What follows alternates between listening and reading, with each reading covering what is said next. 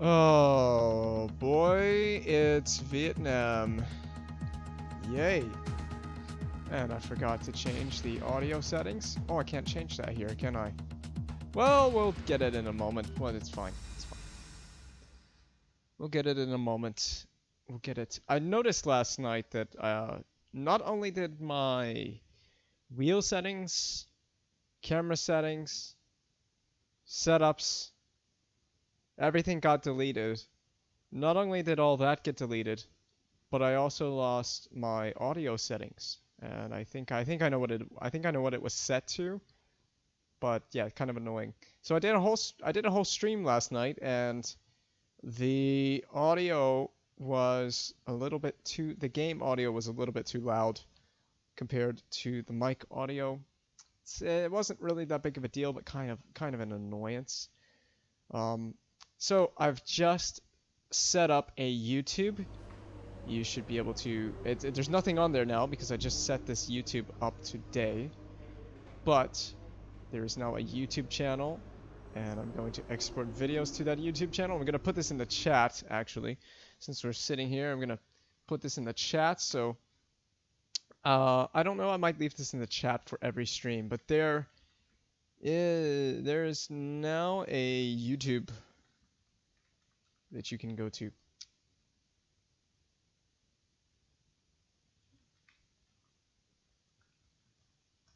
Let's type this in. Newly created today. Link should be in in my channel homepage. At my channel homepage, I guess. Is it the homepage? At my Twitch homepage. Videos will Twitch streams. It's not videos, but I guess streams. Streams will be exported there for you to watch. Check it out if you like, I guess. Check it out if you want to. If you like, there is nothing up at the moment. But yeah, there's now a YouTube channel. So we have a YouTube channel now, and now I can change the audio settings. This was supposed to be at like 6. We'll put it at 7, because honestly, I didn't think it was that bad last night, but I don't want the game audio overpowering my voice. So, we left off last night. We had a great race last night at Bahrain. So, we finished P15, no points, a little bit, not really super disappointing. I mean, the car's not supposed to, well, did we finish P14? No, we did finish P14, didn't we? Yeah, we did. We finished P14. So, it's not points, but we can't realistically expect to score points just yet. We don't have a good enough car. But P14 is certainly overachieving. Our teammate got P18, and he started like 20th, 21st. Started down the order, so he gained quite a few positions. We started P15, so we gained 1 position, but that's thanks to Max Verstappen and Alexander Albon, who did not finish. Well, actually, Verstappen finished, but he was lapped, so he went a lap down. So not a good race for Verstappen. Albon had a failure early in the race, and we've changed that power unit. So it's a 16 race season. That was another thing I wanted to point out. It's 16 races. So we have Vietnam, then we have China, then we have the Dutch Grand Prix, Spain, Monaco, Canada, Austria, Great Britain, Belgium, Italy, Russia, Japan, USA, Mexico, Brazil. This is a solid calendar of tracks. I think the only tracks I cannot stand on the calendar are absolutely Monaco is the worst. But we're going to attempt it. It's 16 races. We're going to attempt to do Monaco. And Vietnam is kind of not really a fun race. It's not as bad as Monaco, but it's not a fun street track either. Other than that, I mean, these are drivable circuits, and we're going to end the year in Brazil. So that's going to be fun. It's going to be fun to end the year at Interlagos. I'm looking forward to ending the season there. Always a fun track to drive. Had a good race with Majestic Racing at Brazil, but as far as we're concerned, I guess Majestic Racing never really happened. So that is just what we have in store ahead of us as well. We have power unit developments.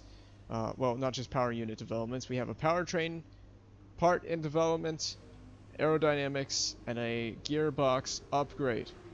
So all of these are in development. Oh, at least one of them is probably going to fail. But we have upgraded the chassis ahead of Bahrain. So we did get the chassis. And you can see we're just trying to stay level with the teams around us. So these are all minor upgrades. We have 600 resource points in the bag, but we cannot develop another part for aerodynamics because we have capacity for that department. We cannot do another upgrade anyway for the power unit because we have not unlocked these levels, I guess. We haven't gotten that far in terms of developing the car. And then chassis department we could develop, but we're trying to focus. I think aerodynamics needs multiple upgrades before we focus anywhere else. So there's a couple upgrades we're going to need. We're going to need the gearbox upgrade, which is in progress, so that we can then upgrade the ICE. So those two are absolutely vital, but not vital for this season. Let's focus on performance upgrades, then get to durability, kind of like we did with Majestic Racing. But yeah, let's just focus on getting the gearbox or not getting gearbox, getting the performance upgrades in first, then focus on durability. So we're going to take practice 1. And we'll probably do kind of like we did in Bahrain, where we do each practice session. It's not as critical as it is in Bahrain because you have the practice sessions that are at night. Well, FP2 is at night. FP1 and FP3 are during the daytime. But you have the practice sessions that are during the night, and those night practice sessions are so critical for getting information in terms of how the car will perform in qualifying and the race, which are at night. That's not the case here in Vietnam. We are here for a full daytime session every day. Every session is during the day. This is one of my weakest circuits. Easily one of my weakest circuits.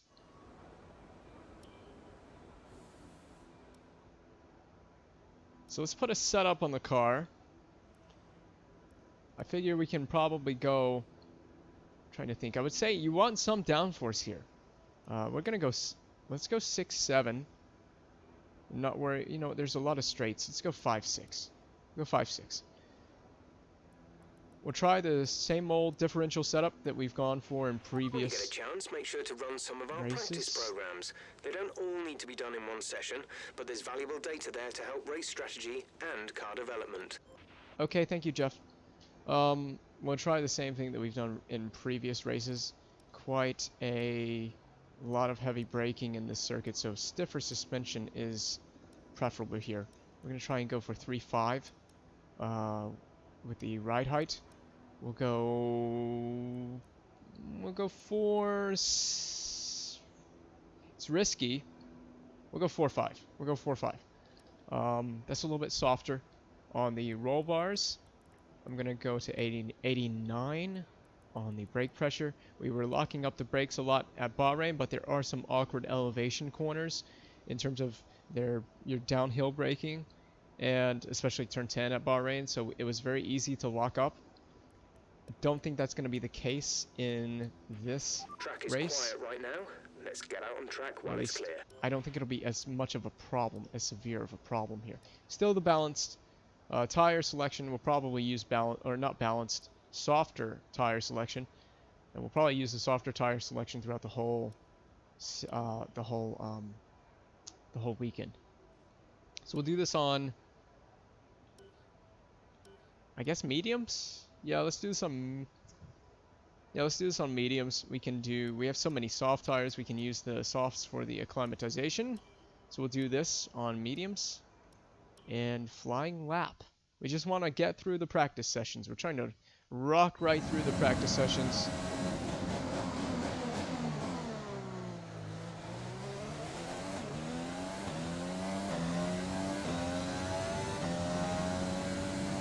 We need to be sure you can manage the tires through a lap, so try to keep the wear down through each corner. Be especially careful accelerating on corner exit.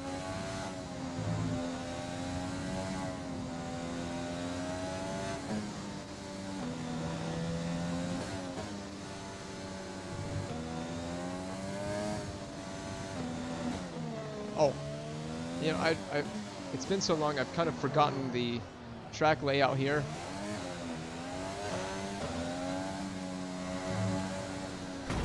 I am so glad it's free practice. I get to do this in free practice. I don't get to do this in the qualifying sessions.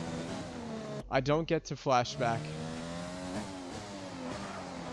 in the race or qualifying if I make a dumb mistake like that.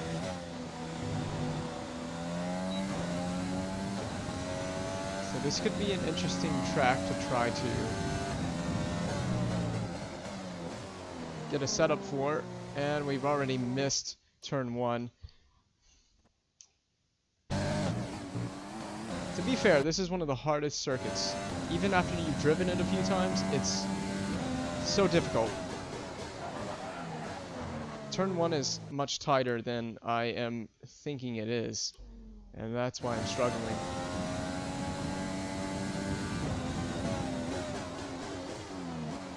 Much better that time.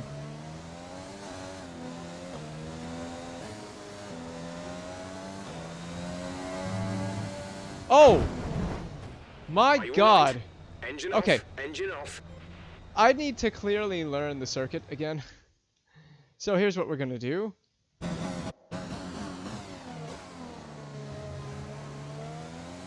Well,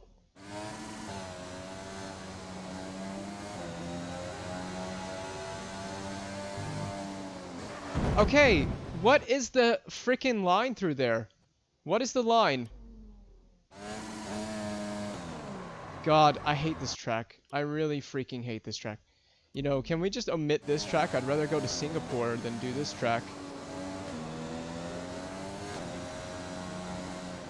God! What are we doing? Okay, just restart the session. Just restart the session. I want to do this on TV cam. I wouldn't do this.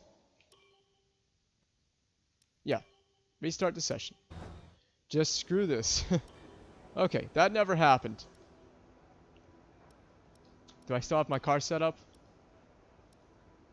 I don't. I lost my car setup. It's okay. I didn't think it was a particularly good setup anyway. Yeah, I'm just not sure what to do in terms of finding a setup for this circuit. We said 6-3, and then we said 4-5. I know it's tempting to focus entirely on the race, but we should put a bit of time aside to run the qualifying sim program. Try to run it before the end of FP3 if you can.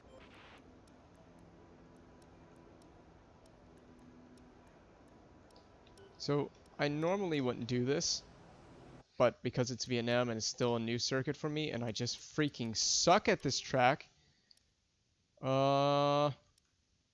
Wait, that's not how you choose it, is it? That's how you choose driving camera. Oh, I can do it coming out of the pits, I think. Oh, I have to choose a practice program, right? Duh. We may be here for a little bit. We may just be here for just a little bit. Unfortunately, as I'm still learning this disgusting track.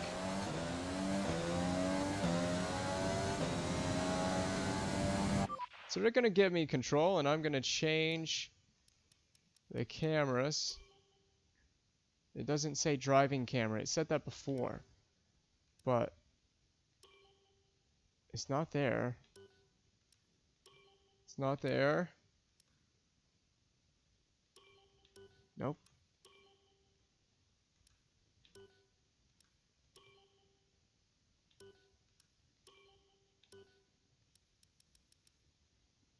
Maybe if I just choose it. Well, I have the, yeah. No, that doesn't change it. That doesn't change it. Oh, it's right here. I'm an idiot. How did I not see that? Okay.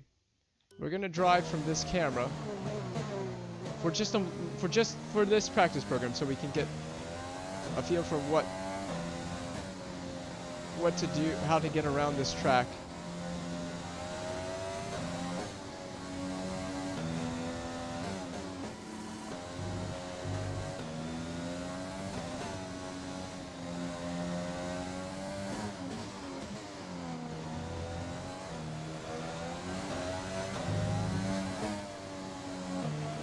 This also will give me a pretty good sense of the limitations of the car.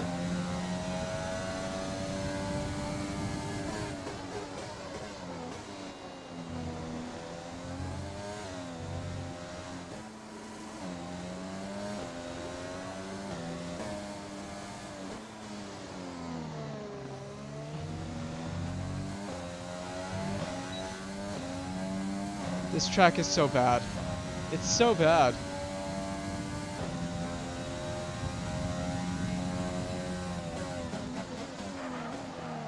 Our brakes are crap too, though.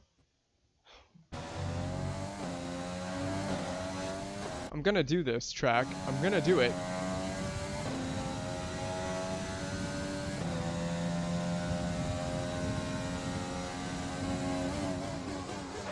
Like, why are our brakes so bad? Why can't I slow down? Maybe coming from that speed, I just guess I can't brake at the 100-meter board, so I'm gonna have to brake about somewhere right.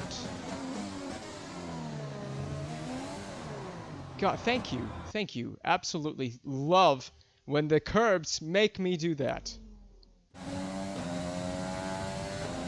Delta's not coming down, so that's not an encouraging sign.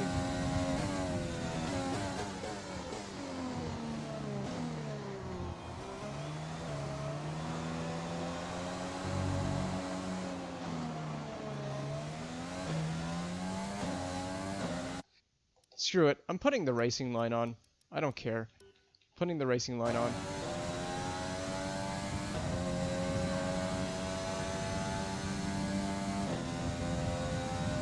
I do not like this track at all. I don't like it.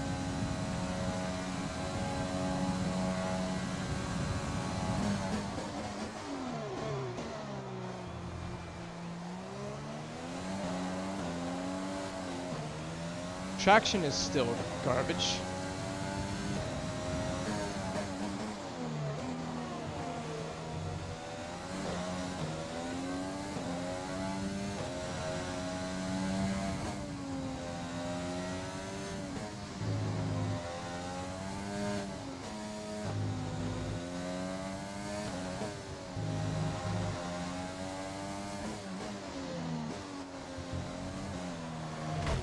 Thank you for spinning me into the wall. This is going to be one nightmarish attempt at this track.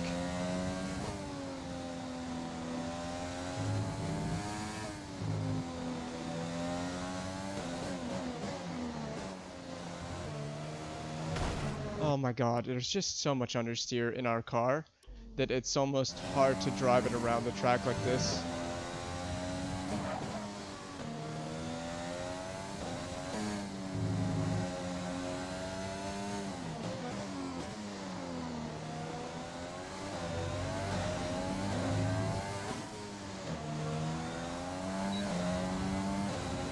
Only 2 seconds off the pace. Our tyre data is no good unless we're doing a representative pace.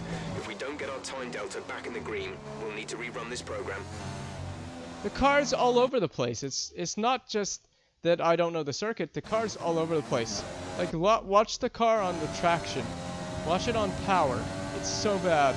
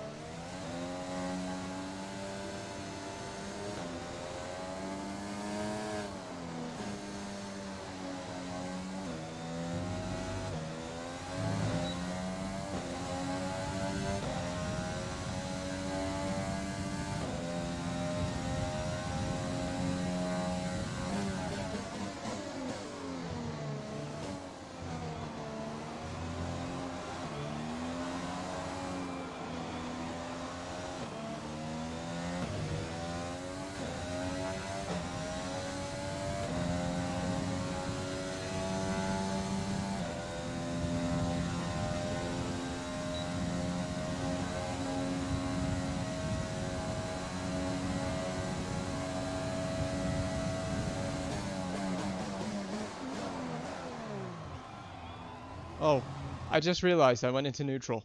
I don't know what gear I'm in. I'm just trying to just focus on understanding where the braking points and braking references are. So if I can pay attention to the racing line. Again, into neutral. That's not helping. I'm telling you, we're gonna need all of free practice to really digest this track again. It's been a long time since I've driven it, attempted to drive it. Still driving it in too deep.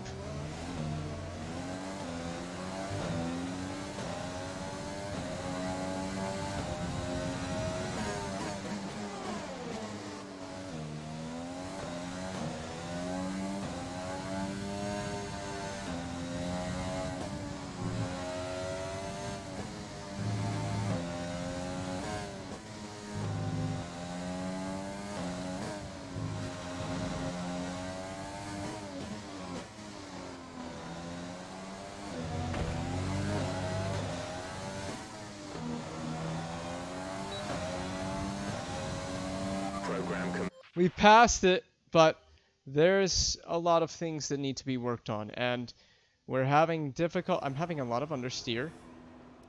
So first thing I can say is we're getting a lot of understeer. So, to combat this, I'm gonna do something that's a bit risky. Let's bring the suspension so they are even. 5-5. Let's make the rear step out more, but we gotta be careful with how we do this, because... So far, our fastest lap is a 1:43.2. I'm struggling with a lot of traction. There's just no traction. So, I'm not getting turn in, but I'm not getting traction either. So, it's just one of those things that maybe we need to reduce the rear tire pressure again. We've got to find some ways to get traction here. Let's do the acclimatization. We're going to put this on softs, and we're just going to do the same thing, TV pod or whatever the name of the camera is. This is just for practice as we're learning. We're still learning the circuit, so that is some insanely late braking, my good sir. Okay, your goal is to get through as many corner gates as quickly and precisely as possible. Ooh. Best of luck out there.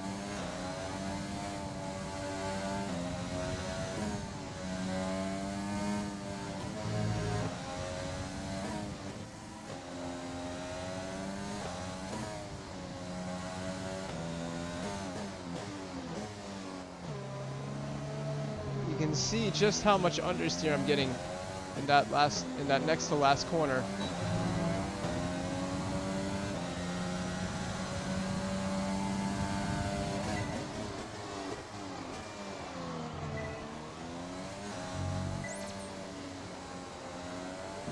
Okay.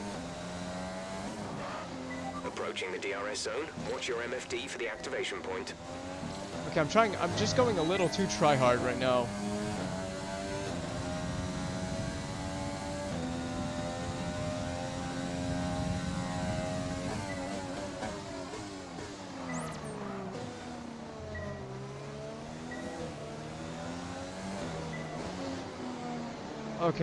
Okay, that's definitely going to be a flashback.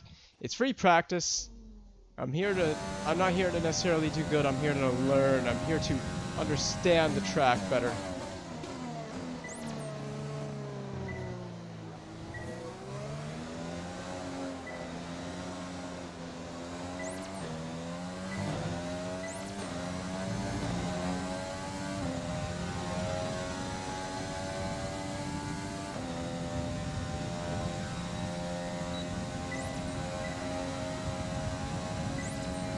Could have activated DRS faster.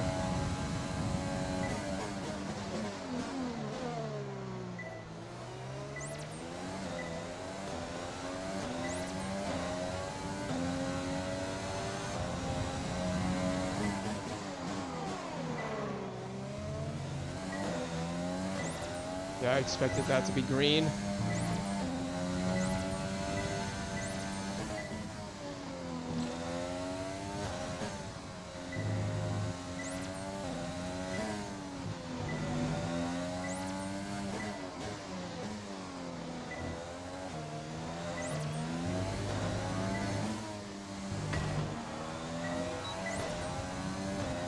Okay. Good work. You seem to have a solid handle on the lap. Let's try and perfect each turn. Remember that chaining good corners together will give you a consistency bonus. Yeah, man. Oh, I was gonna say, yeah, man. Chain good corners together. Immediately misses the first turn. This circuit is so difficult. Especially in Season 1 when the car is an absolute pig.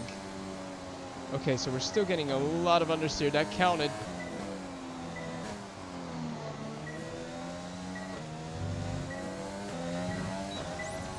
I don't know how that counted, but it counted.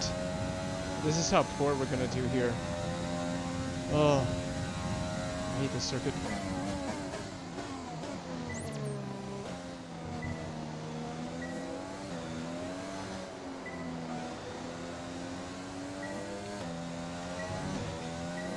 Cranking on so much steering lock. It's not doing anything.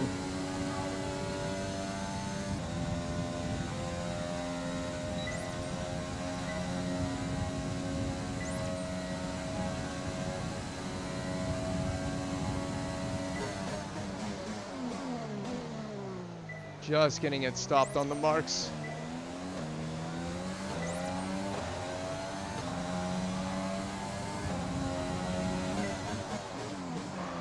No way I can break that late.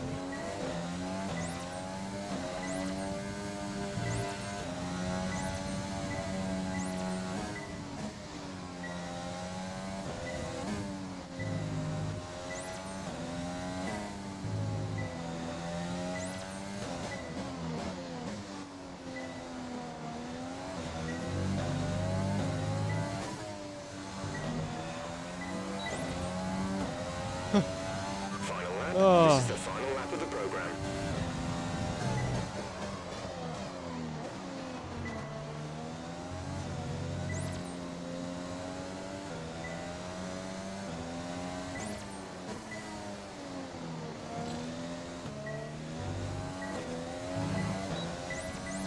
I better not get red for that corner, because that corner is in an awkward spot. That corner gate is in an awkward spot. God, the understeer in this freaking car.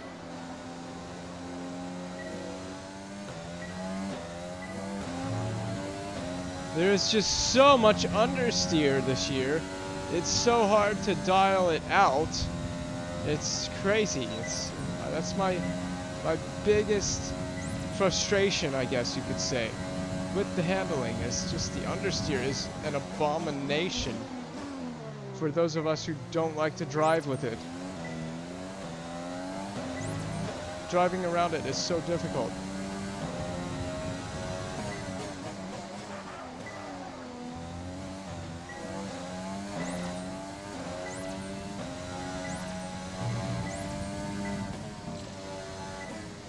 That was my fault. I'm just carrying way too much speed through there. I'm trying to be bold and brave. You know, that gives me a chance to retry this corner. I want to try and figure something out about this corner.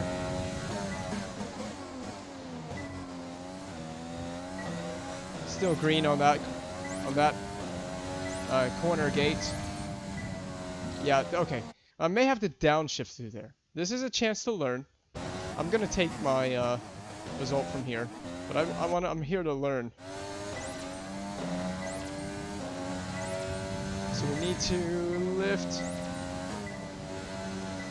Okay, that's 2 downshifts maybe? I don't know. I'm trying to figure out what's the best way to attack this section in our Season 1 car. We're getting so much wheel spin.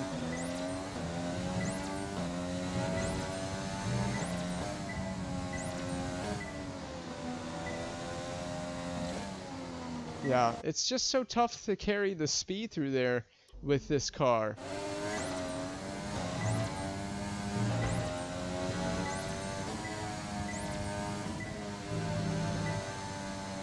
Still getting, whenever I try to get to that corner gate, I'm getting so much understeer.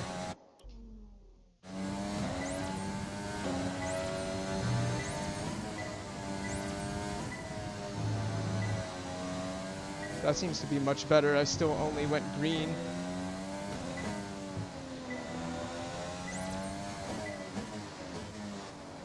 I'll go slow here.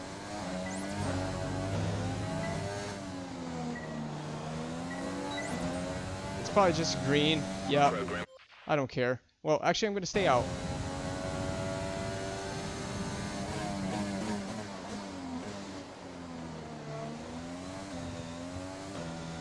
Okay, so you can't really go on the power. Let me get over past here.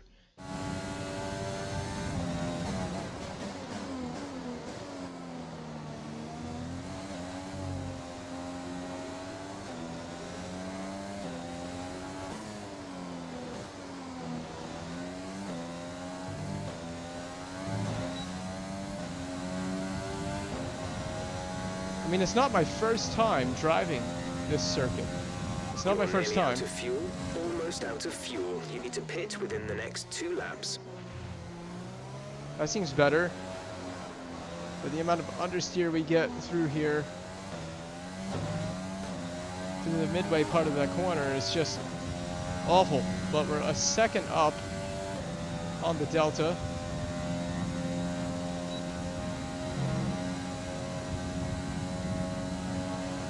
So where do we brake here? We're braking just right at the 100-meter marker. There's only 1 lap of fuel remaining. Love that wheel spin. Box this lap, please. Box this lap. When driving with the pit assist disabled, you'll need to be mindful of your speed when entering the pit lane.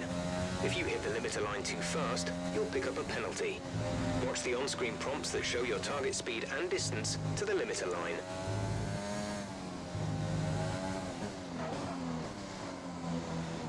I forgot the pit entry is right there. I went past it. Screw this track. I don't know my way around here. Okay. I pretty much have a feeling for how to drive this. Now it's just a matter of hooking it up in cockpit camera, which we will do in one of the practice sessions. Probably FP2. We'll try to hook it up in FP2 from cockpit camera. I'm not worried about lap times at the moment. It's not about lap times. It's just about understanding how to drive this track.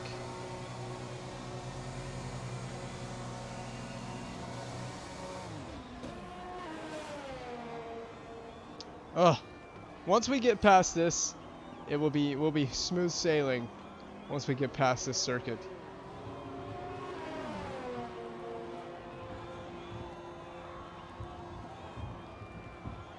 Alright, so that's 2 practice programs down.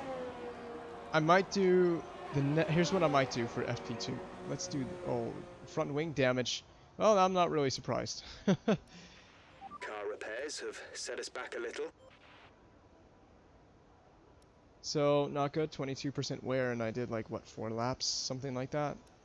What do we have to do? Consistent. Set 3 consecutively fast laps. I guess we can do that in the race strategy program. So we'll probably start off with fuel management and then do race strategy in the next session. We'll just go ahead and simulate to that. Probably we're close to dead last, if not dead last. It's time to remind ourselves of our top 3, who are Verstappen, Bottas, and Lewis Hamilton. What an incredible practice session. We might be on the right difficulty from the get-go. It is faster from TCAM. It's easier to drive from TCAM, especially a track like this. But I'm doing this whole thing, well, aside from this practice program, I'm doing all this from cockpit camera because it's more immersive that way. It's funner to do a career mode that way. It's just harder to drive from a cockpit camera. So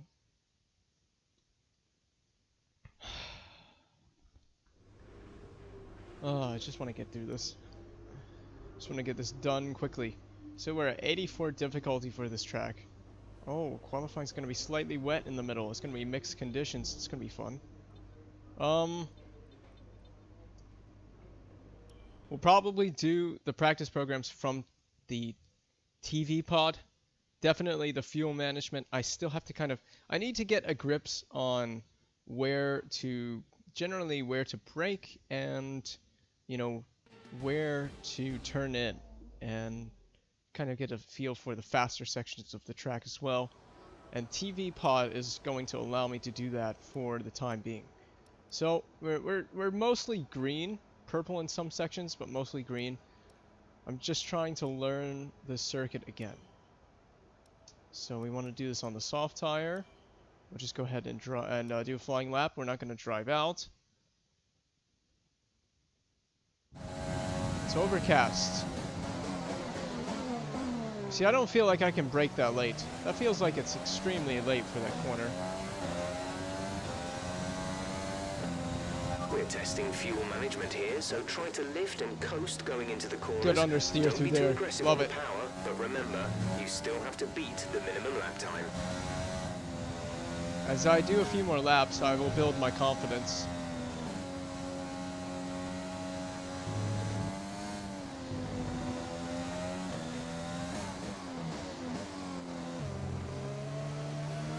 That corner is one of the worst. For just the sheer amount of understeer I am getting through those last two corners.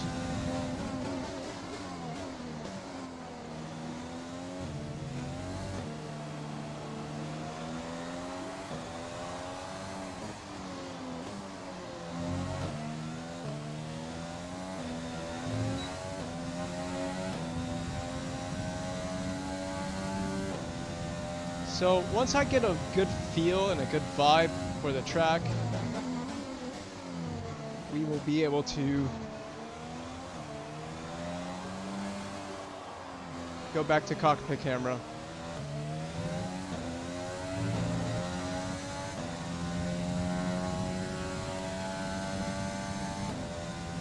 We are gaining on that delta, so that's a positive.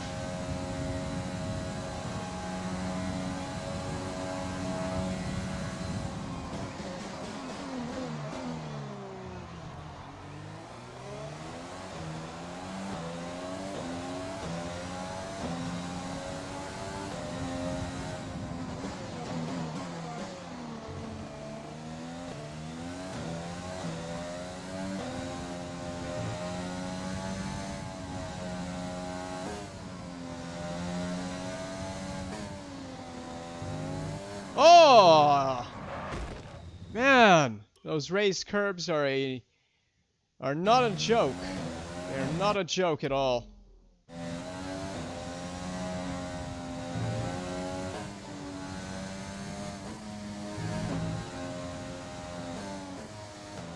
I had good flow and good rhythm through there that time as well, and then that curb messed it all up.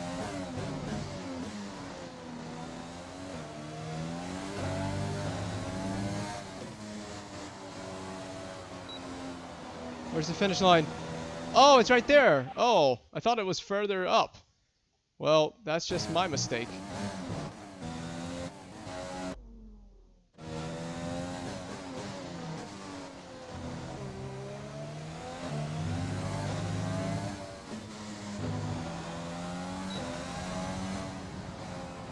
Okay, Good fuel saving? I thought it was purple. We can get purple on this without having to go around again.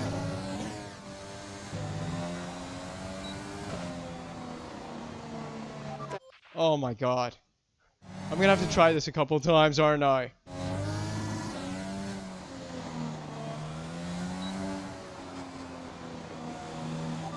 There. Okay, well actually there's something I want to do.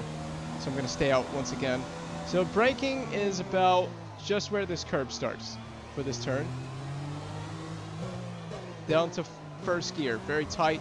You can hit the curb if you want, but it's raised. Run over that raised curb if you want, but be careful, you will unsettle the car. Down to second here, just hug it nice and tight, dropping a couple gears. Come through, accelerate. Be careful about the raised curbs and the barriers.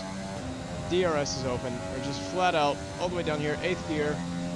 Then you're gonna brake just about before that 100-meter marker board and the black box above the circuit. Down to like 2nd gear, but 1st gear if you aren't getting enough rotation. And then we're just gonna lift and try to turn the car further in, nice and tight. Accelerate. Don't hit the wall like I did. Accelerate out. Vehicle condition. Copy. What, Jeff? Vehicle condition. Tire condition is still looking Okay, good. so I didn't hit the front wing. So you're gonna brake about just before 100 meters. Hard, heavy braking, dropping down all the gears to first. Tight hairpin. Be careful for the wheel spin on exit. Try to get traction. Short shift through the first couple of gears, and then brake just after 100 meters. There, just before 50, probably about 75 meters.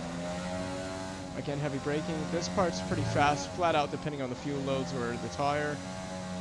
Dropping a gear here, through here, a gear or two, then maybe dropping a gear here. Definitely dropping a gear here for the turn in, and then down to first gear, just because it's such an awkward, tight corner, easy to get understeer. And we'll put this into practice on a quick lap. So again, you're going to brake about right where that curve starts.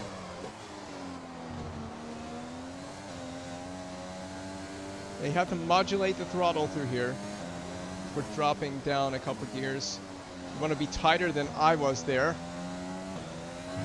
Got to be careful coming out of there with the walls on either side of you. And then the braking here is tricky because it's like right there. That's even, I just outbroke myself, but it's about right there if you can nail the braking. This is a difficult corner as well. It's just, you have no room for error when you're exiting a corner around this circuit, because the walls are there to punish you. And so you have to be very, very careful not to put too much power on. You want to nail every exit, braking about right here. That's about as late as I think I can brake. That feels like pushing it. And then you're going to brake just after 100 meters. I'm trying to just get my references in my head, so when I go into cockpit camera, I have something to reference.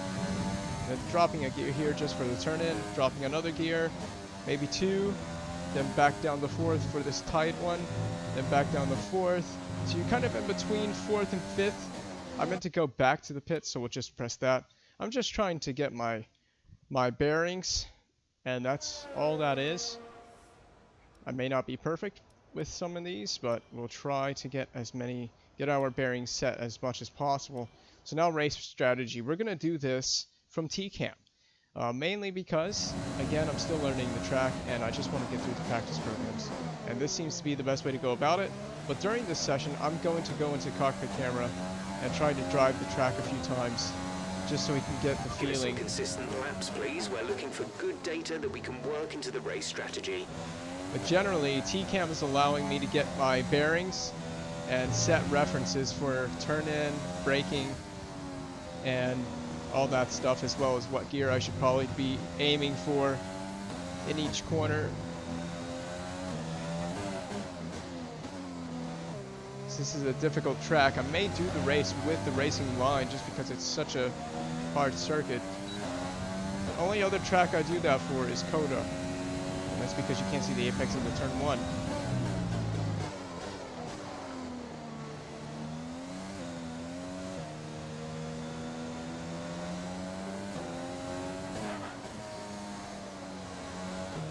Such an awkward corner.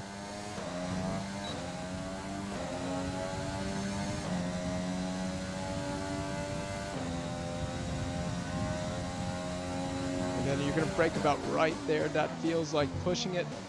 It was.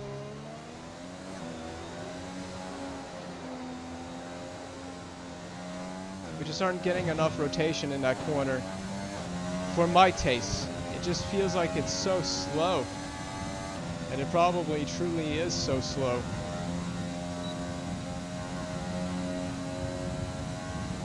Just kind of hugging this wall a little bit. And then gonna brake about right there.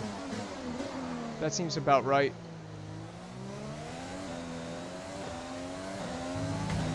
You truly have to be careful on the exit.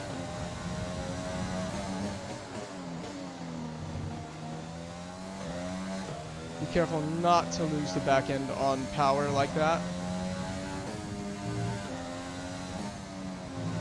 Hug this wall. 4th gear here. Didn't need to do that. In a bit deep.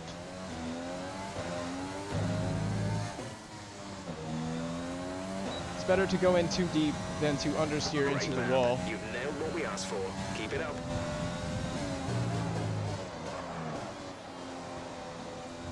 Turn 1 is my absolute worst enemy so far. I can't nail turn 1 for some reason. And the answer is because I suck. That's why. That's a simple answer.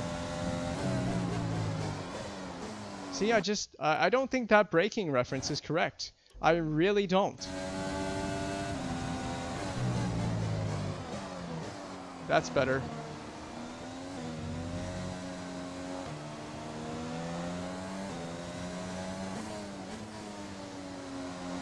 Just gotta think about feeding the car through that apex.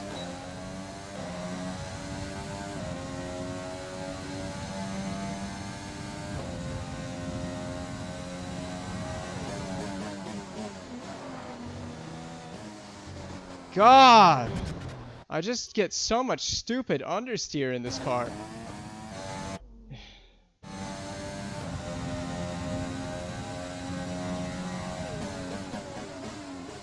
We have tinfoil brakes. They're awful. Lovely drift.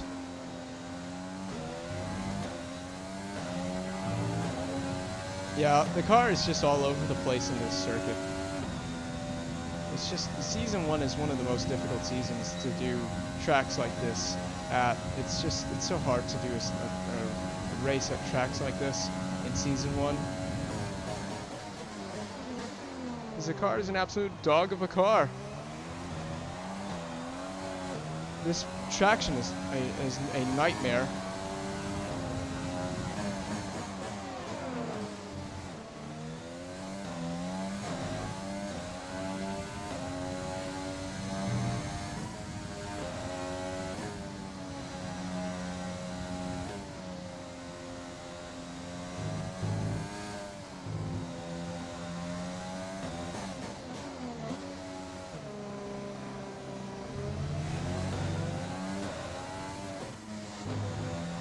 Let's see just how much understeer I'm getting everywhere.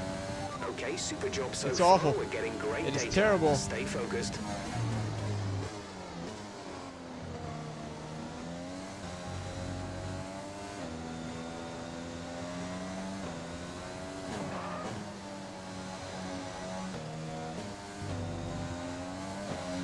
Car balance feels all over the place. It isn't stable. It's not stable through the corners. It's not stable on traction.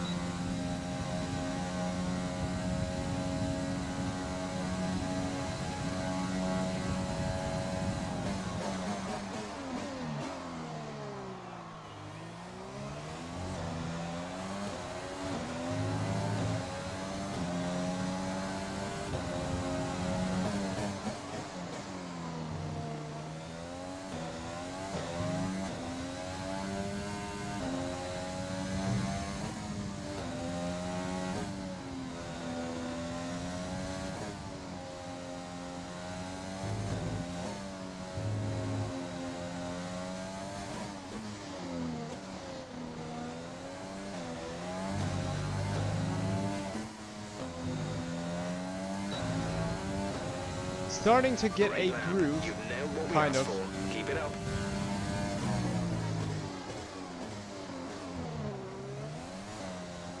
I see the rare neutral shift has been activated.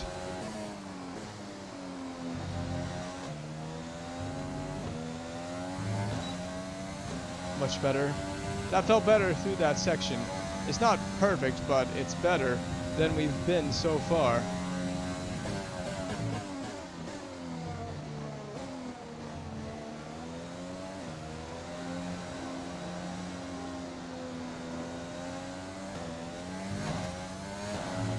Oh, I almost had a massive tank slapper on the exit.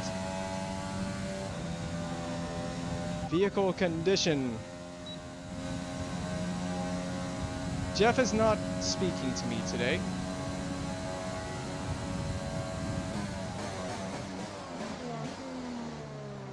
Ah! Okay, that's the first time we've needed a flashback, I think, in this practice program. So that's good news. It means we're improving. Oh, vehicle condition.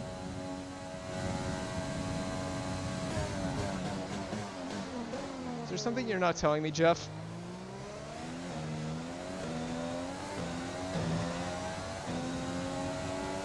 We do have front wing damage.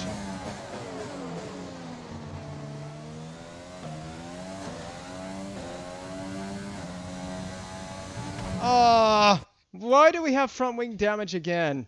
Come on. That's not just front wing damage. That's front wing obliterated. Well, now this is going to get a lot harder.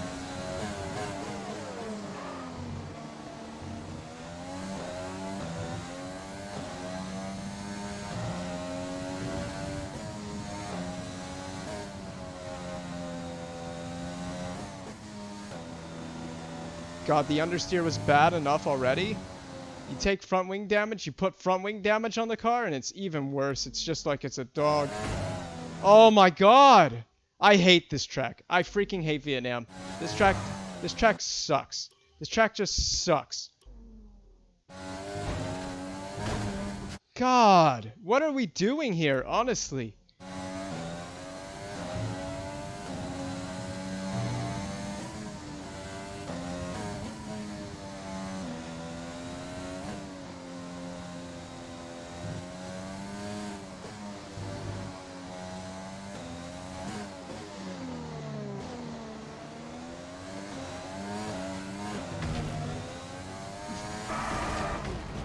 God! Okay, that was a nasty hit.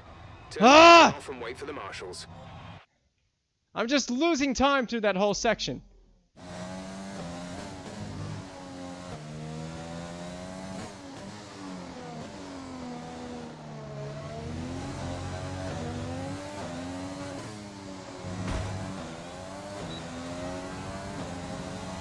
That lap was no good. We need you to improve on that.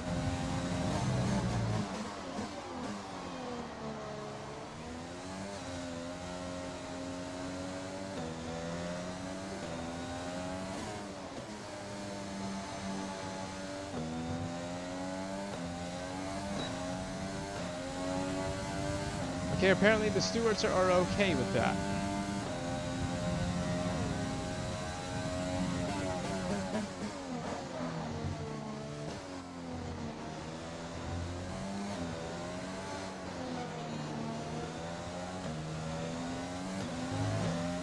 God, the understeer just got worse. I mean, of course it did, but it's awful. And I'm already out here. I've done 4 out of 5 laps.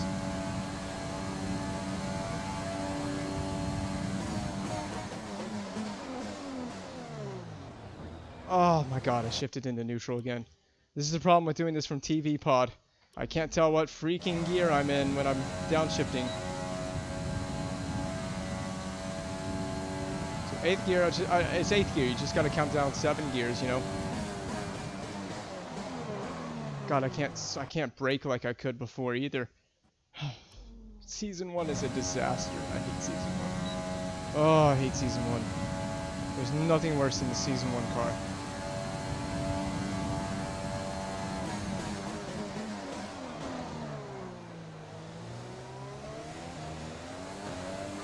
I'm so glad I gave myself flashbacks in practice, because I couldn't do this. I can't freaking do this. I can't freaking do this.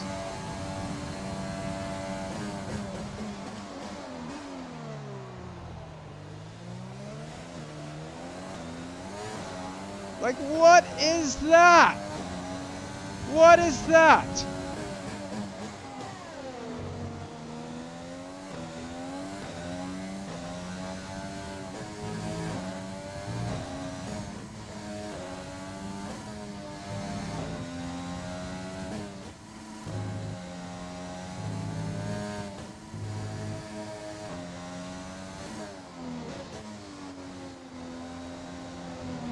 God!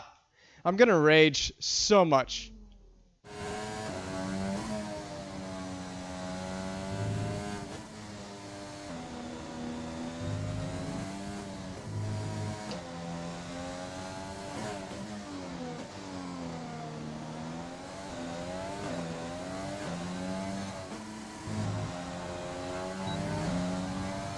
Finally, it's done. God. Oh, just awful. Screw the damage to this car. Oh. All right. So what we're going to do is we're just going to fast forward. The damage to the car. Oh, my God. You want to talk about undrivable. That is just absolutely disgusting levels of undrivable. So what we're going to do is we're going to drive out. Everyone ready? Okay, let's go. I try really hard not to rage, but sometimes I just gotta rage. Sometimes I just have to be frustrated with this game. Just, ugh. Ugh. Oh yeah, we're supposed to change this back. So, here comes the fun part of this session, where I try to drive this track from cockpit camera after having gotten my references down, or so I thought.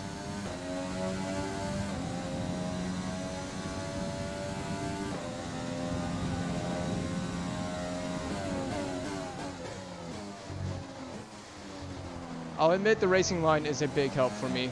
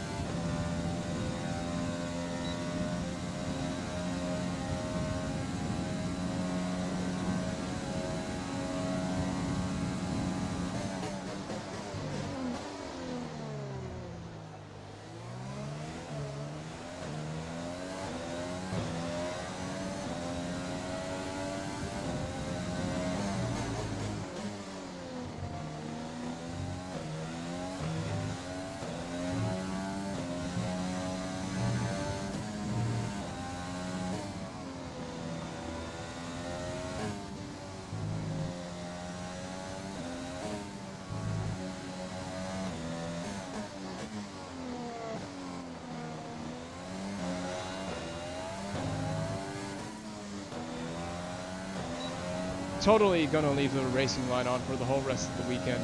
I have to.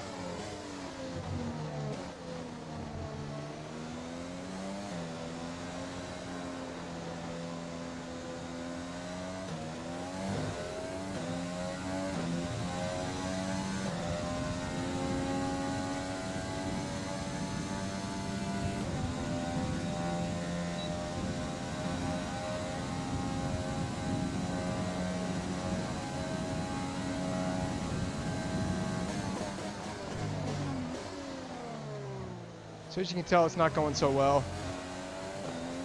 In cockpit camera, we're obviously slower. We're like 7/10 slower, 8/10.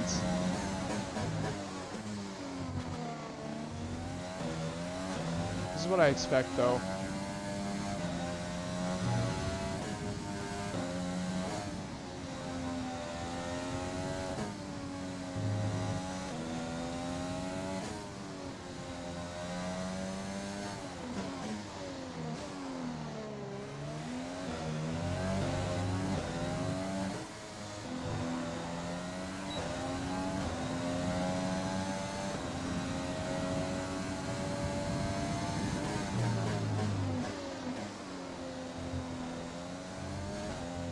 Okay, no point in just going around anymore. I think the difficulty is good for TCAM, but we're not in TCAM. So It just shows you how absolutely difficult TCAM is.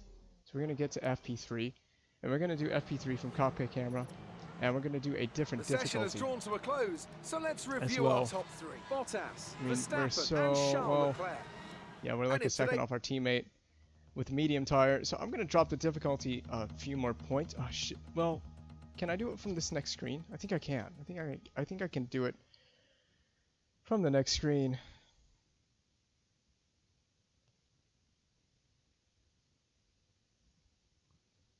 Oh, we're waiting.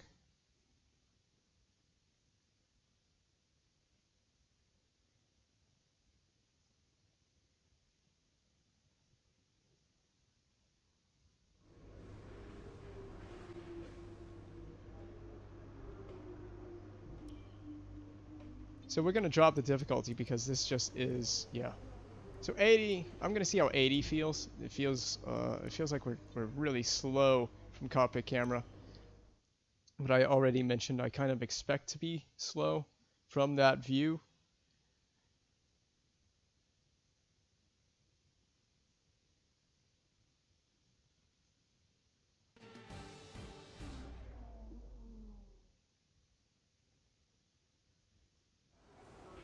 Hope you're sitting comfortably, mate. We've got a sensor issue, and we're going to be stuck here for a while as we fix it. We've got so many faults this season. We're having to repair front wings. We're having to repair a sensor fault. Good stuff. Good stuff. Already optimistic about the start to this season. So we're going to do... Well, yeah, we can't do that. Duh. We're doing a repair.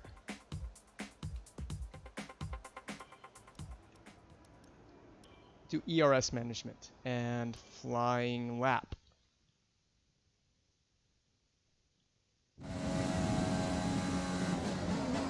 There's no way I can break that late. Come on.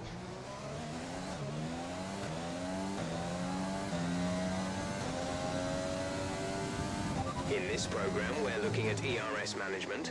This is all about managing your battery efficiently throughout the lap to hit your target time. The overtake button will drain the battery quickly, but it will also give you maximum power.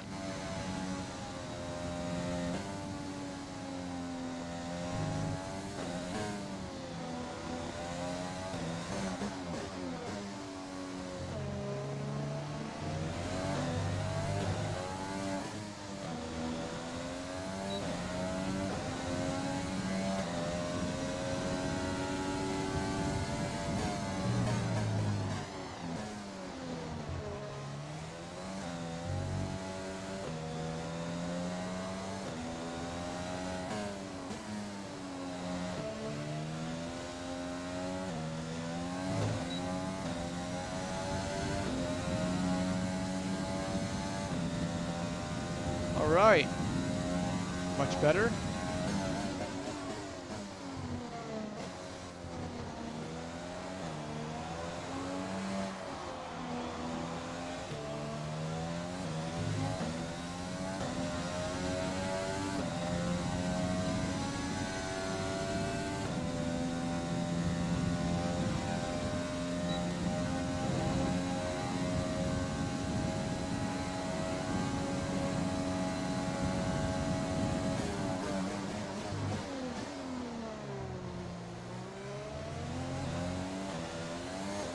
Love the wheel spin we are finding on the exits. This corner is so awful for that for some reason.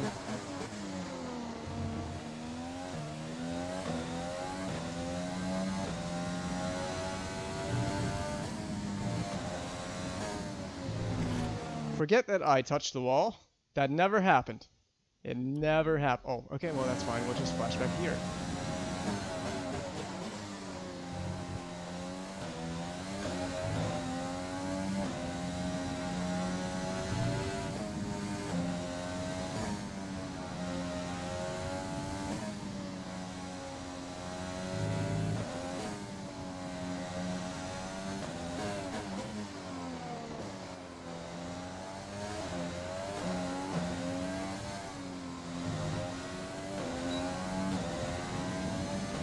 Okay, test complete, and that was a very good job indeed.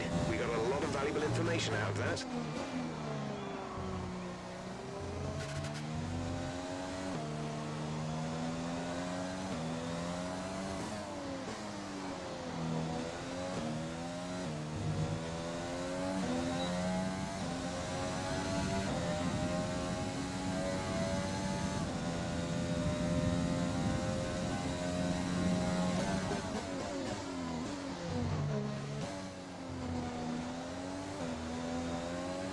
There's 3 laps of fuel remaining.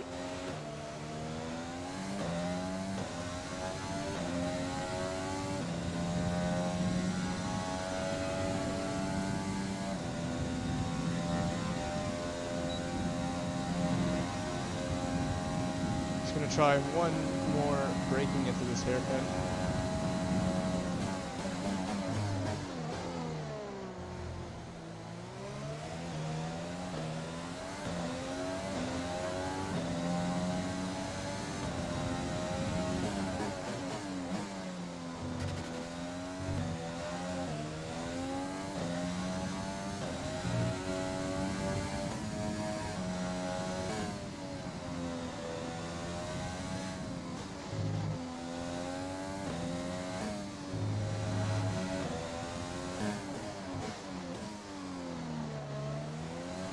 Gone all the way around. Oh well, it's fine.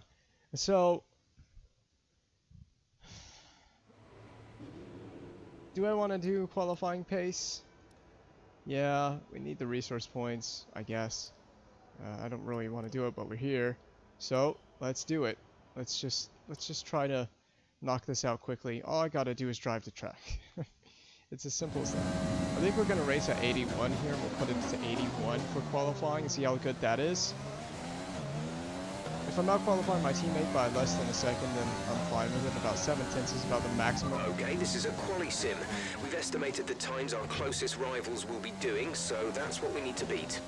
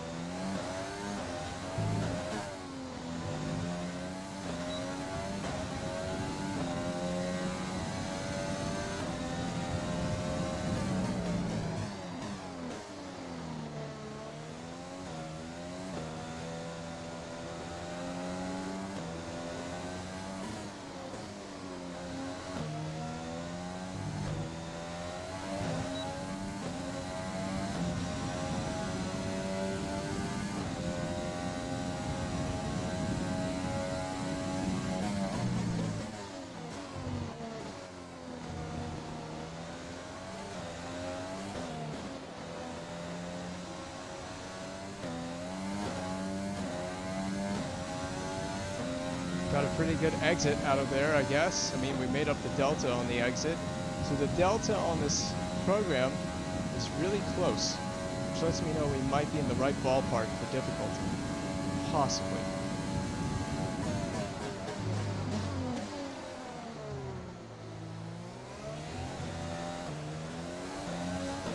But I always found that this was the one practice program that was the least accurate.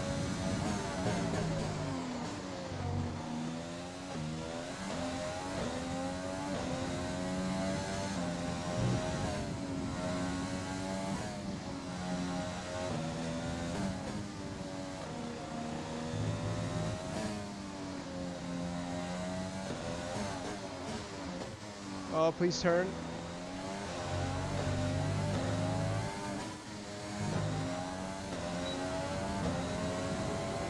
Program complete and a job well done. We got some excellent data with that run, so come on back to the garage and I can talk you through the numbers. 15th would be about where we qualified in the last race. So I like that. I think this is the right difficulty. We're in the ballpark for difficulty, so that's good. I'm not gonna ask any more questions than that. That's pretty good to me. I'll bump up the difficulty by 1 when we get to the qualifying session. So let's take that. Now the difference is I don't get a flashback. I don't get flashbacks for qualifying. So I am going to And with all leave the cars now over the line, the let's see our top 3 again. racing Verstappen, line the on. Rainmaster, and Alexander Albon. And that's it. Practice is officially over. Until next time, goodbye. AI level. Well, for this one we're gonna do 81, but the thing is I was at 89 for Bahrain, so it's kind of all over the place.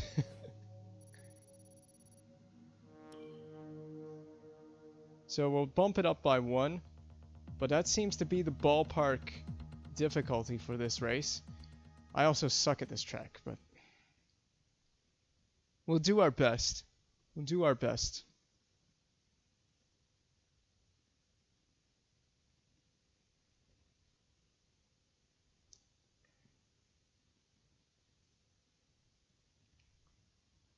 So, the new rule, I don't get, so for this my team, I don't get flashbacks for qualifying, so I cannot flashback a mistake. So it's going to start to be really interesting with tracks like this. This is where it's going to get really interesting.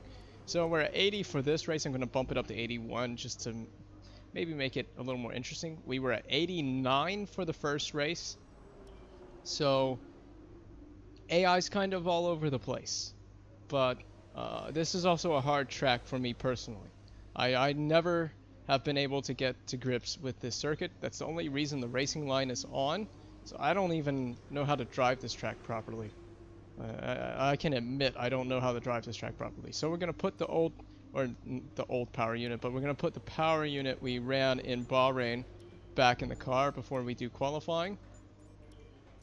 We only have 3 allocated parts for this 16 race calendar, so we've got to use these parts wisely. We're going to have to take penalties. Everybody probably is going to be in the same boat and have to take penalties at some point. So we finished P14 in Bahrain and our teammate in P18.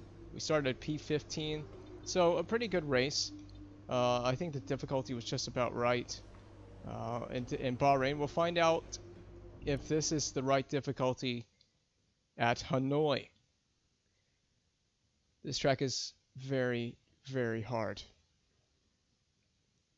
There's just no... It's kind of like Monaco. There's no room for errors, but it's not as bad as Monaco.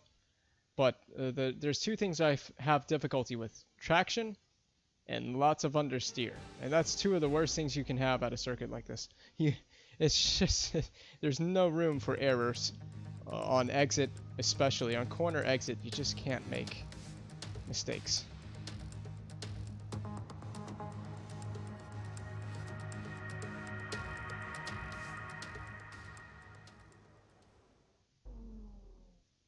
Alright, this is going to be interesting because it's such a cramped track.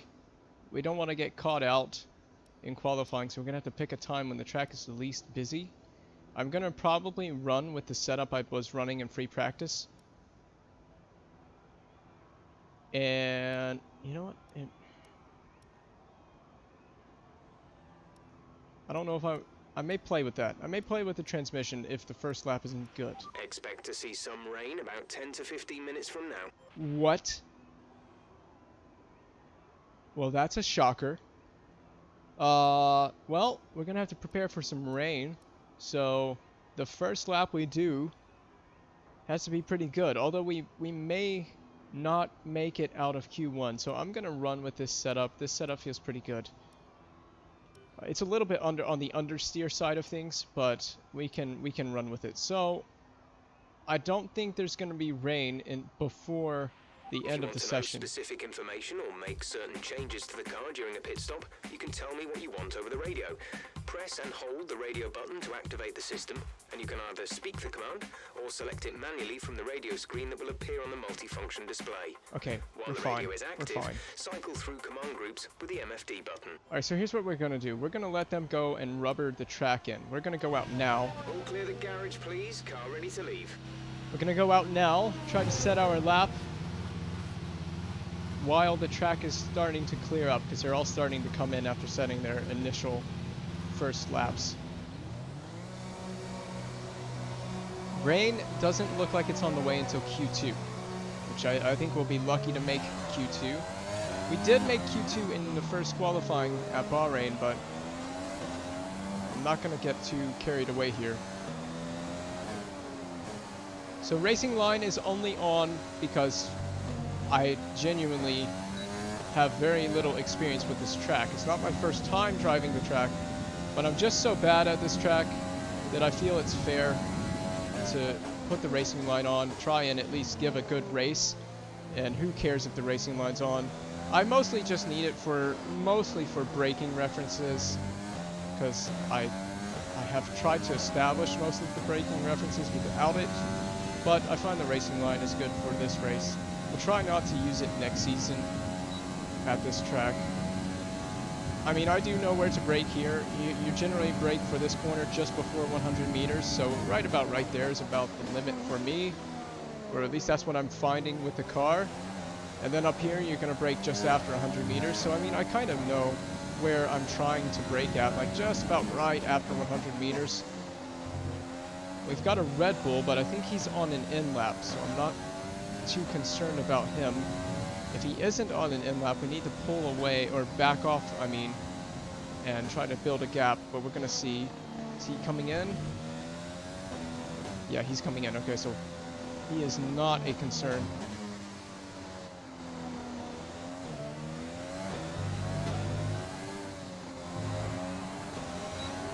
The worst thing about this circuit is the understeer.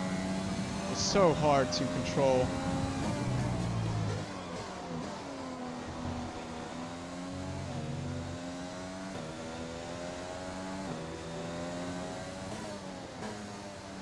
That felt a little bit sluggish through there, but I'm trying to just survive.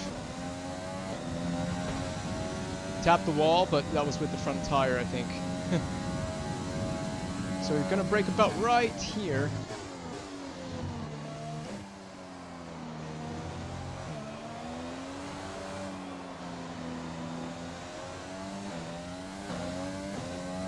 Trying to get out of that corner as fast as possible. It's so, I can't think of the word that I'm looking for, but it's very slow, lackadaisical, I guess you could say. The car feels very unresponsive in these slower corners. Bad over that curb. That's a mistake I can't afford. I can't afford dumb mistakes like that one.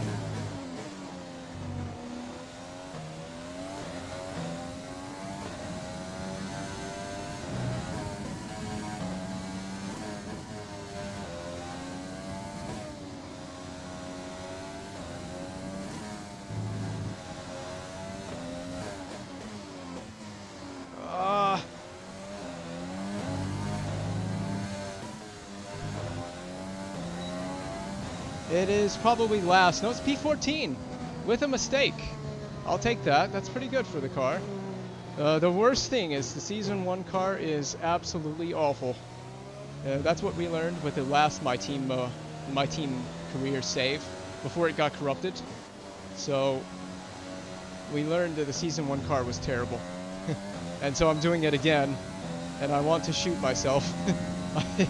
I forgot how bad, you know, after you do 3 seasons of My Team, you figure out just how bad the Season 1 car is when you come right back to it.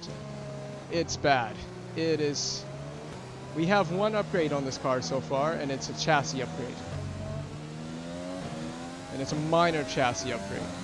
In fact, I'm figuring out just how good we had got the brakes on our car in the previous My Team before the save got corrupted.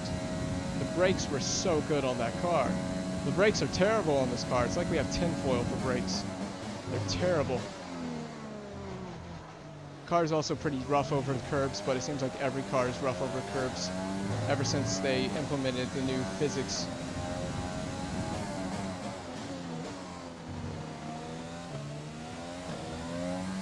So P14, this is just like what we did in Bahrain. We're kind of outperforming the car a little bit. Rainfall expected. Where's the 5 minutes until rain? Where's the pits? It's on this one, right? It's right. Yeah, it's right here. I always get so confused with the pit entrance here. We were speeding, but we'll just get a warning for speeding. We can't do that in the race because if I get a penalty, I cannot flash it back. Oh. There was a mistake as well. I forgot where the mistake was already. It was, I think it was coming out of that hairpin. But a mistake in P14, I'll take it. Maybe the difficulty's a little bit lower than it should be, but maybe I'm also just doing a Charles Leclerc with the car and I'm just outperforming it. Charles Leclerc when he was at Sauber. when they were also known as Sauber at the time.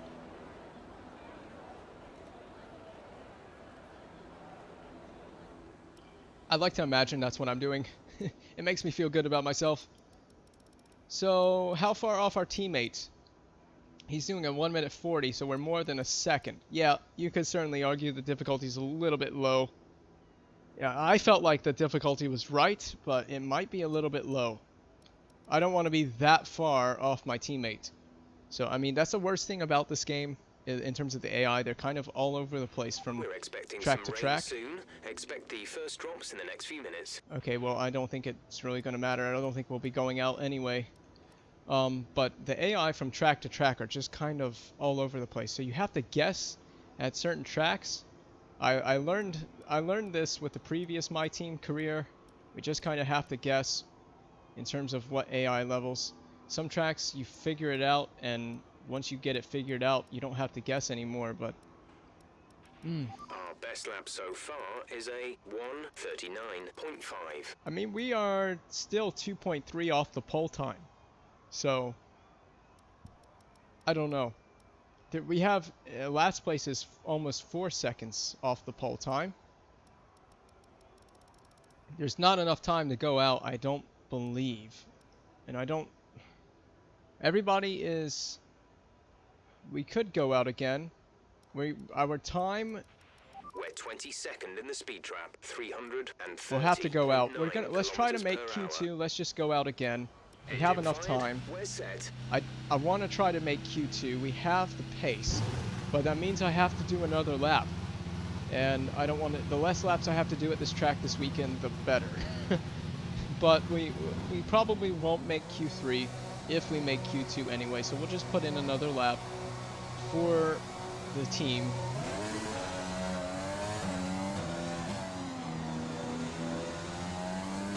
Now my right eye is starting to twitch while I'm streaming on Twitch.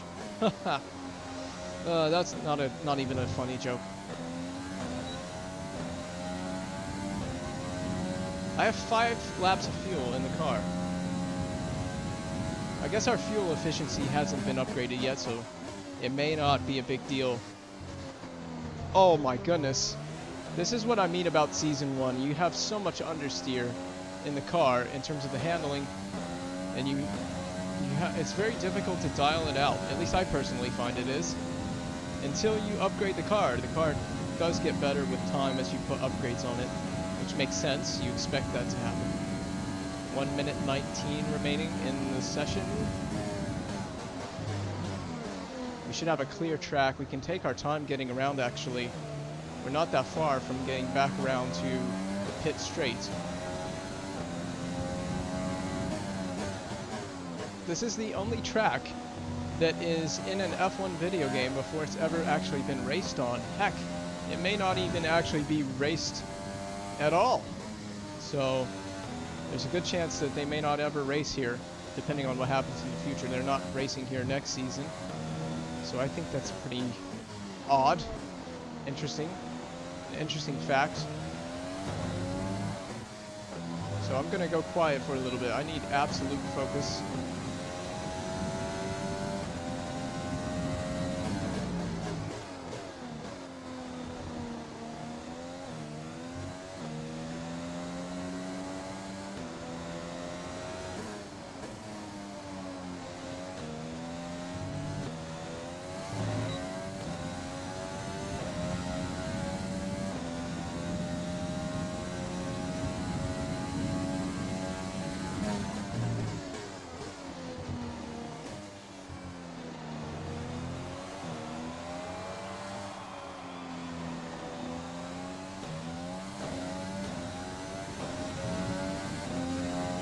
Unfortunately, we didn't gain coming out of that section, so we may have set our best possible lap time already. It's going to be close.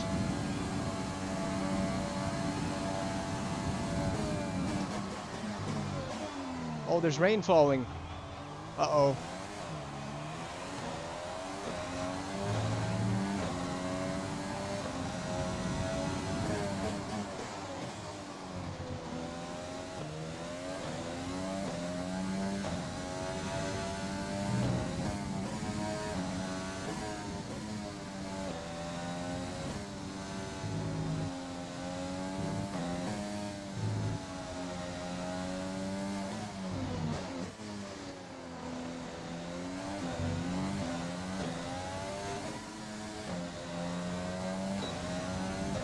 And we do not improve.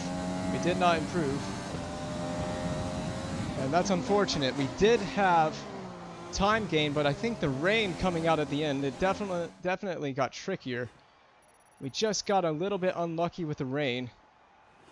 So we did end up falling to P17 just at the cutoff. And in fact, look at this. We were 200ths of a second off of making Q2. So we have a good starting position actually. P17 is not bad for where the car is, and we've out-qualified actually one of the Haas cars, which I said in the preseason before the season started, the preseason interview, that we would like to be competing with Haas, and we are. We beat both Haas cars in Bahrain, and we've out-qualified one of them and almost out-qualified Grosjean.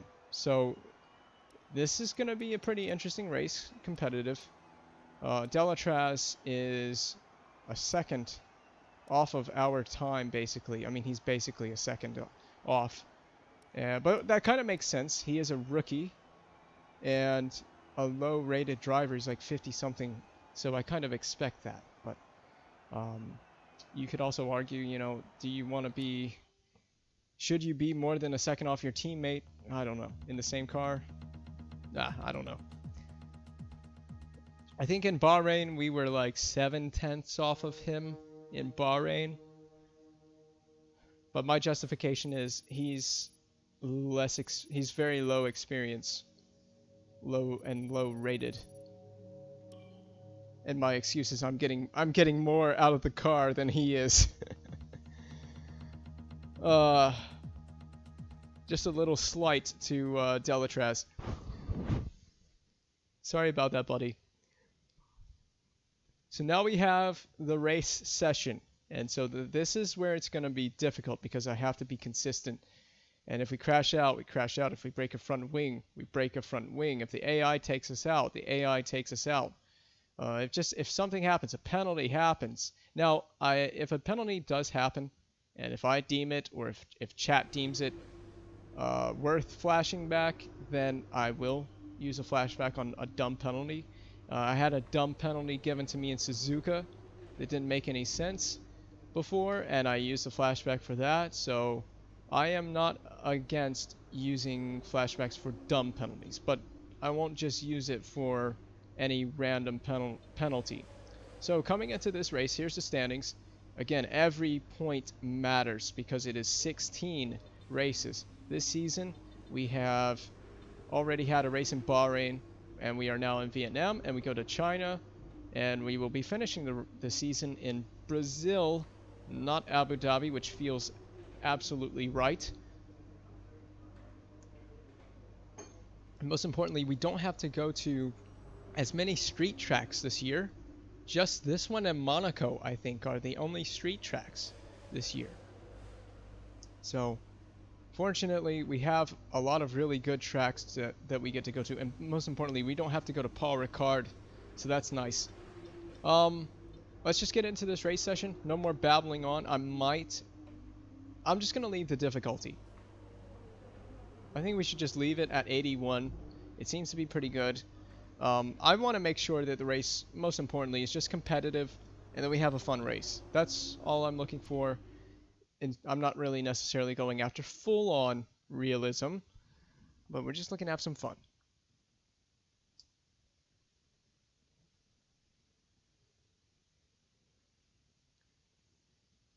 As Delatraz gets better as well, it will be more competitive between us. We saw that happen with Sainz in the previous My Team. We got, as Sainz got better, he got harder to compete with. And so that should happen with Delatraz, but I don't know how long we're going to hold on to Delatraz. The Formula One circus has arrived in Southeast Asia once more, as we usher in a new era and get ready to go racing here in Vietnam.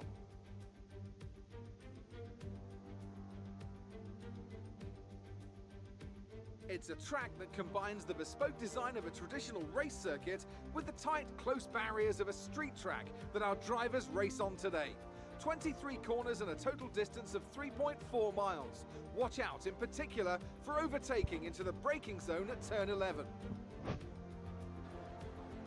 And a warm welcome, of course, to my co-commentator here today, someone of tremendous experience and insight.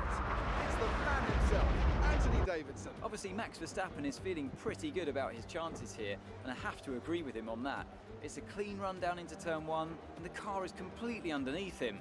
Honestly, I think he's going to be difficult to stop today. Besides that, of course, any kind of turn 1 incident could completely turn the race on its head.